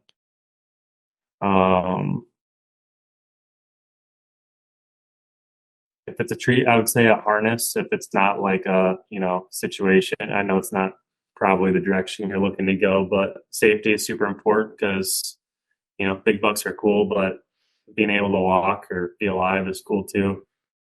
Yeah, no, I respect that one. That's a big one. Early season, I would say a thermocell, 100%. I like that one. I'll go double thermocell sometimes, or I'll just spray down and peat. And I'm not a huge scent control guy, but like, I still try to minimize. But like, if it's too bad, I'll just spray down with bug spray and say to hell with any type of scent control. Man, I'm trying to think of like what's in my backpack. I like a good knife. Lately, I've been using the just like the Outdoor Edge replaceable blade. Oh my gosh, I Those are bought nice. one of those for caping out my skulls on European mounts. That for the bang for the buck. I know Havalon makes one very similar to that. I've seen it advertised, but as far as like the price point ratio, I was blown away. It's like $25 for this, and I got the foldable one, and it's black, $25. And then you go spend $10 and you get 6 replacement blades, and these things are like razor blades. Sharp. Crazy. Just so yeah, that's a great one. I'm pumped about that one. Binos. Ooh. Let's say binos, and like, I always rock, like, I know a lot of people just like stuff them in their pack. Like, I wear a chest rig, like bino harness, and like, they're all like, whether I'm scouting or running cameras or just like going into the woods for any reason, like, I have binoculars on me because like, I think there's probably, you can make an argument that in the case of whitetail hunting, like, you're bow hunting whitetails, like, well, if they're close enough for me to shoot them, surely you'll be able to see them. But what is so vital about good glass, like binoculars while you're whitetail hunting, is not so much for seeing something far away, although that's definitely a benefit too, but like, it's like the depth. Like, you can be looking into like thick cover, and like with the naked eye, like, you just see like a bunch of brush, but through your binos, like, you can start to like pick apart things and like see that there's a deer moving around back there, or catch a glimpse of an antler, and that could be the puzzle piece that gives you everything you need to know to be able to move into the kill. Do you think that's half the problem of why so many 1.5-year bucks get killed, is because people can't look and identify what they're shooting at, and it's there, and clearly I can see it, so I shot it. Yeah. I don't know. Maybe those people probably need binos to be able to see the antlers. What are you running for your bino harness? I'm running. It's from Alps Extreme. It's like mid-price. It's quiet though, which is something I'm really big on. Like, I've been using Vortex binos, and they come with a bino harness, and it's noisy, and I hated it, so I upgraded that a little bit. Although I'm probably going to be switched into my cameraman and I was running like marsupial gear. I don't know if you know. Yeah, those are high quality stuff. I'm probably going to upgrade to that because I think it's nice. And I don't know how many items that's at, but I would say a rangefinder too. Like, I range trees and stuff while I'm out there, but like, if I can have the exact yardage of a deer, like, my confidence to make that shot goes through the roof versus like, well, he's probably 30 to 37 yards, or like, be able to guess that. Like, I want to know exactly how far the deer is. What are you running for a rangefinder? Vortex too. It's the Ranger, the Vortex Ranger, Ranger 1000 maybe, something like 1,000, that. 1,800, something like that. Does it have the red, like reticle? I don't think it's red. No? Okay.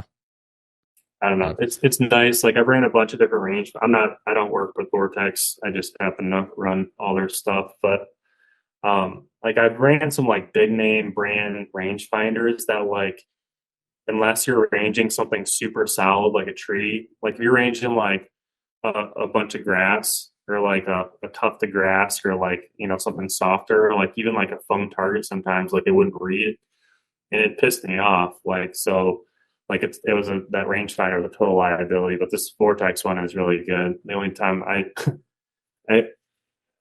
struggled a little bit in Missouri with one day because it was like a full on blizzard and it like the laser couldn't get through the snow.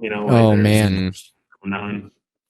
But luckily it was just a turkey and not a deer, so it wasn't that big of a deal. Now, has your rangefinder's got the angle range compensation so it can tell you what the cut is depending on how high in the tree you are? I don't think it does. I don't personally think that's super critical until you're like talking like it'd probably be more like mountain, like steeper, longer long shots, distances. probably like I don't think it's gonna vary more than a yard or so. Like if you're 30 foot up and shooting anywhere within 40 yards, maybe I'm wrong, but okay, A squared plus B squared equals no, C squared. I agree with that because if you're taking a 15-yard shot from 20 feet up, the cut's going to be maybe a yard, which is a couple, maybe an inch or so, and depending on the situation. So there's enough room for error there on a human aspect to not even have to worry about that. All right, so what is the one piece of gear that you have every time you get it out of your truck or pull it out at the beginning of the season, whatever it may be, that you look at that and it just makes you happy that you have it? I'd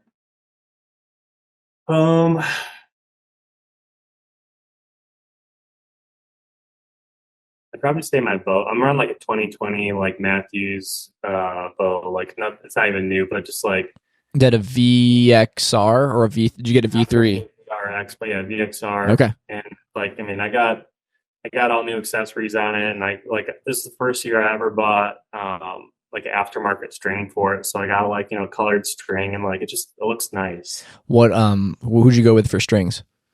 Rogue strings. Okay. What about the sight? What are you running for your sight? All my archery accessories are from Redline. Oh yeah, we ran into them at TAC last year. Actually, my cousin Daniel is another one of the ones from the Ataso crew. He ended up buying a Redline and he loves it. I think they're probably, as far as the single pin slider sights go, they are the best bang for your buck for what you can get. 100%. Yeah, and they're a new company. They're I think this was their second year, so it's like they're just going to get better and better. I did my early season trip with the single pin. I didn't like it was it's awesome to shoot 3D with and stuff. And I know there's people that swear by shooting those like single pin adjustables. There's actually two pins that move up and down, but I was running it. I didn't ever sight in the second pin, so it was just a one pin for me. Were they horizontal? Was it still a slot? Okay, so it's one vertical with two dots, right? Stacked. The stacked one, and it's still a slider though. So you have the wheel. Okay. Yeah, but so that was my first time running something like that. Like I'd run up until this point, the last bunch of years, I've been running a 5-pin slider. So basically, like I'd run it as a fixed sight, but if it got outside of 60 or something, like I'm not shooting anything. I'm not shooting at a whitetail beyond 60 yards. But say like you shoot one and it runs to 85 yards and stops, and like you got shot him or something. Like I think you probably owe it to take another shot, and even if it's not an ideal shot, like a second shot is better than just waiting it out. I also think with those double stack sights, the picture clarity of your sight housing is so much better. Those when you get the 5 horizontal pins, it really, really clouds up your vision. Yeah, that was a huge benefit. It's just super simple. I did end up, after that first trip, I switched to a 3-pin slider, which I thought was like a good compromise. But it's also by Redline. I can't tell you the name of it or anything, but they make some nice stuff. I'm running there. They came out with a rest this year, nice drop away rest, and their stabilizer bars and stuff are really nice. They just launched a couple new ones at ATA and stuff too. I saw that they dropped. They're the second one next to Matthews. They dropped a bridge lock stabilizer. Nobody's done that yet, unless more companies did at ATA this year, and we didn't notice it. But I specifically saw that one. I thought that was really cool because now people like us who have the V3 that don't have the bridge lock, we can still slap that on our bow in the traditional sense and still have that really slim profile that the Phase 4 and the Lift do. 100%. Yep. All right. One last quick question, and then we'll go into our lightning round and wrap up. If you could go hunting with one celebrity, dead or alive, or person in general, who would it be? Any person, dead or alive.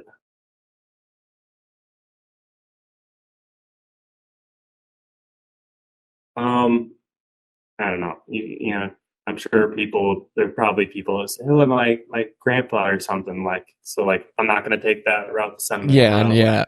I'm gonna take the route, and if you ever listen to this, someone's like, you know, you called me a celebrity, like, get out of here, like, 'cause he's a super humble guy. Basically, if there's somebody out there that I could hunt with, it would be Andy May. And if you don't know who Andy May is, he's a Michigan guy. And, like, in my opinion, he's probably the best bow hunter, like whitetail bow hunter, at least, like, to ever walk the earth. Like, he's up there. He's a younger guy. Like, when I say younger, like, he's definitely older than all of us, but, like, he's got lots of years of doing this, lots. But this dude goes on, like, he'll take a trip out to some random state for, like, a long weekend and come back with, like, a Pope and Young buck, like, again and again and again. And he'd pull out, like, big Michigan bucks, like, off, like, permission pieces and public land and stuff like that. And he's just a super humble guy. He's he's definitely, like, one of my top influences, and he's somebody that, like, really emphasizes, like, learning and development, and like, intentionally kind of puts himself in positions that he's uncomfortable with just to, like, learn from them and, like, get better and be all around a good bow hunter. So he's not like a celebrity, but, like, if you're into mobile hunting and public land and stuff, like, you probably heard of the guy, and that's definitely who I want to share camp with sometime. I tell you what, if we tag him enough in the comments, guys, you heard it. BD Army, Andy May, tag him in the comments. We're going to set it up for Aaron. Please do. All right. I'm going to sneak another question. Hunter. Okay, so Hunter is usually the one that kind of sits in the corner, but when he asks questions, they are profound. It's nothing special, but I love this topic. Camo. What are you running for camo, and what's your favorite piece of camo? So I don't know if I'm allowed to answer that yet, but I'll answer it anyways. Affiliate marketing? Question mark. Not affiliate marketing.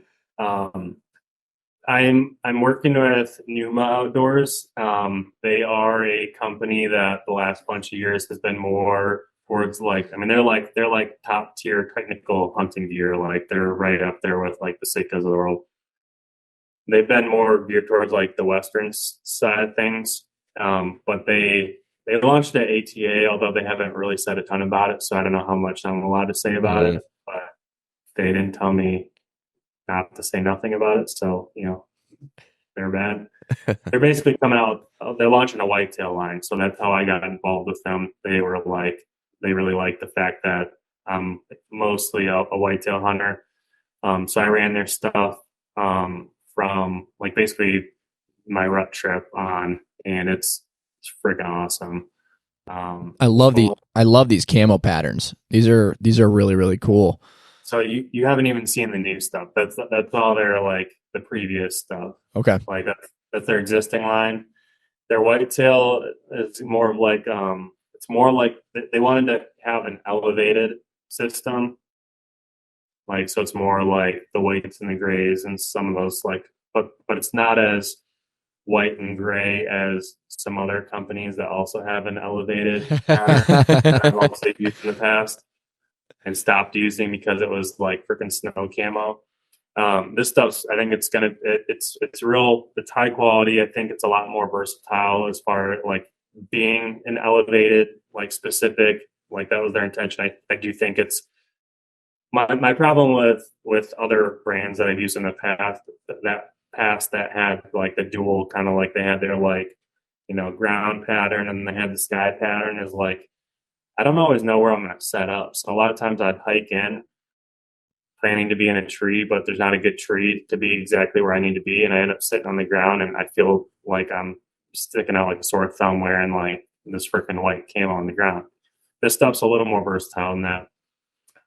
As far as so that's probably all I can say about it. So as far as a favorite piece, I'll just say that they're like their midweight stuff is like freaking awesome, and I'd wear that as much as I possibly could, and I think it's something you can wear like from earlier in the year, like early October, until it gets like real cold. But it just like the fit.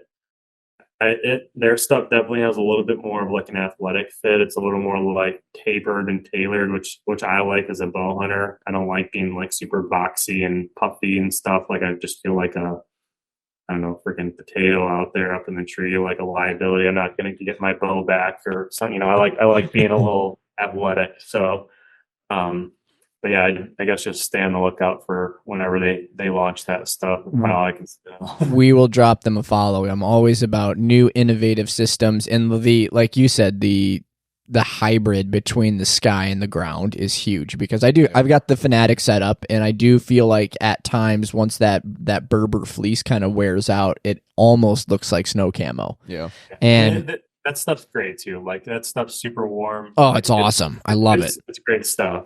For sure. Like no knock against any of that, but I did when I used to rock that, I'd end up sitting on the ground and I just felt like I had both setups. So I'd be like there'd be times where it's like, all right, I hunted in the morning, I came in, ate something at the truck.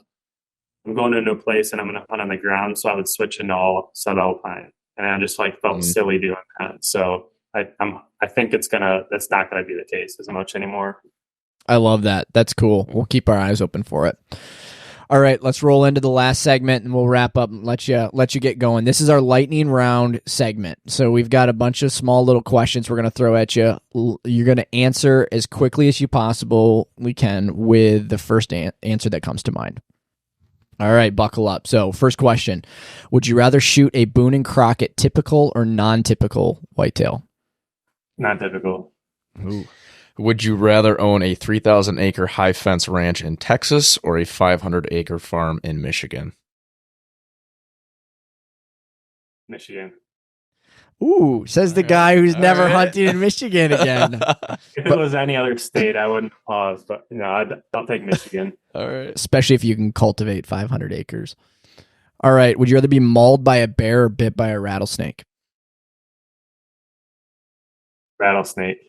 Oh. All right. Be attacked by a moose or wild boar? Wild boar. Oh, man, brutal. Would you rather go on an all-expense Wyoming elk hunt or Canadian moose hunt? Completely paid. Both of them are paid? Yep. Oh. I'd probably say elk right now. Good choice. I'd probably choose moose just anyway. But yeah, I'd probably say elk right now. Favorite outdoor brand? Outdoor brand. These guys right here. Onyx. Use them a lot. Love it. That's awesome. What's your go-to snack in the field? Peanut butter and jellies. Ooh. Good choice. That's Good great. choice. You don't Good hear about choice. that one. That's an uncommon one. I like it. Yeah. You have a bounty. Would you rather be hunted by Ted Nugent or Fred Bear? Fred Bear. Why? I don't know. I Just, feel like I could outrun him. He's old. At least in the pictures I see, he's old. So that's how I'm picturing right now. And I think I would run away. we all think Ted Nugent would be way scarier too. Yeah, I think so. That'd be A little wild. bit. All right, would you rather step on a bear trap or fall from a tree stand? Bear trap. Oh my gosh. Ugh. Yeah. Oh my gosh, that's awful. All right, last one. Alrighty, last one. This one's a little complex. You have to kill a deer.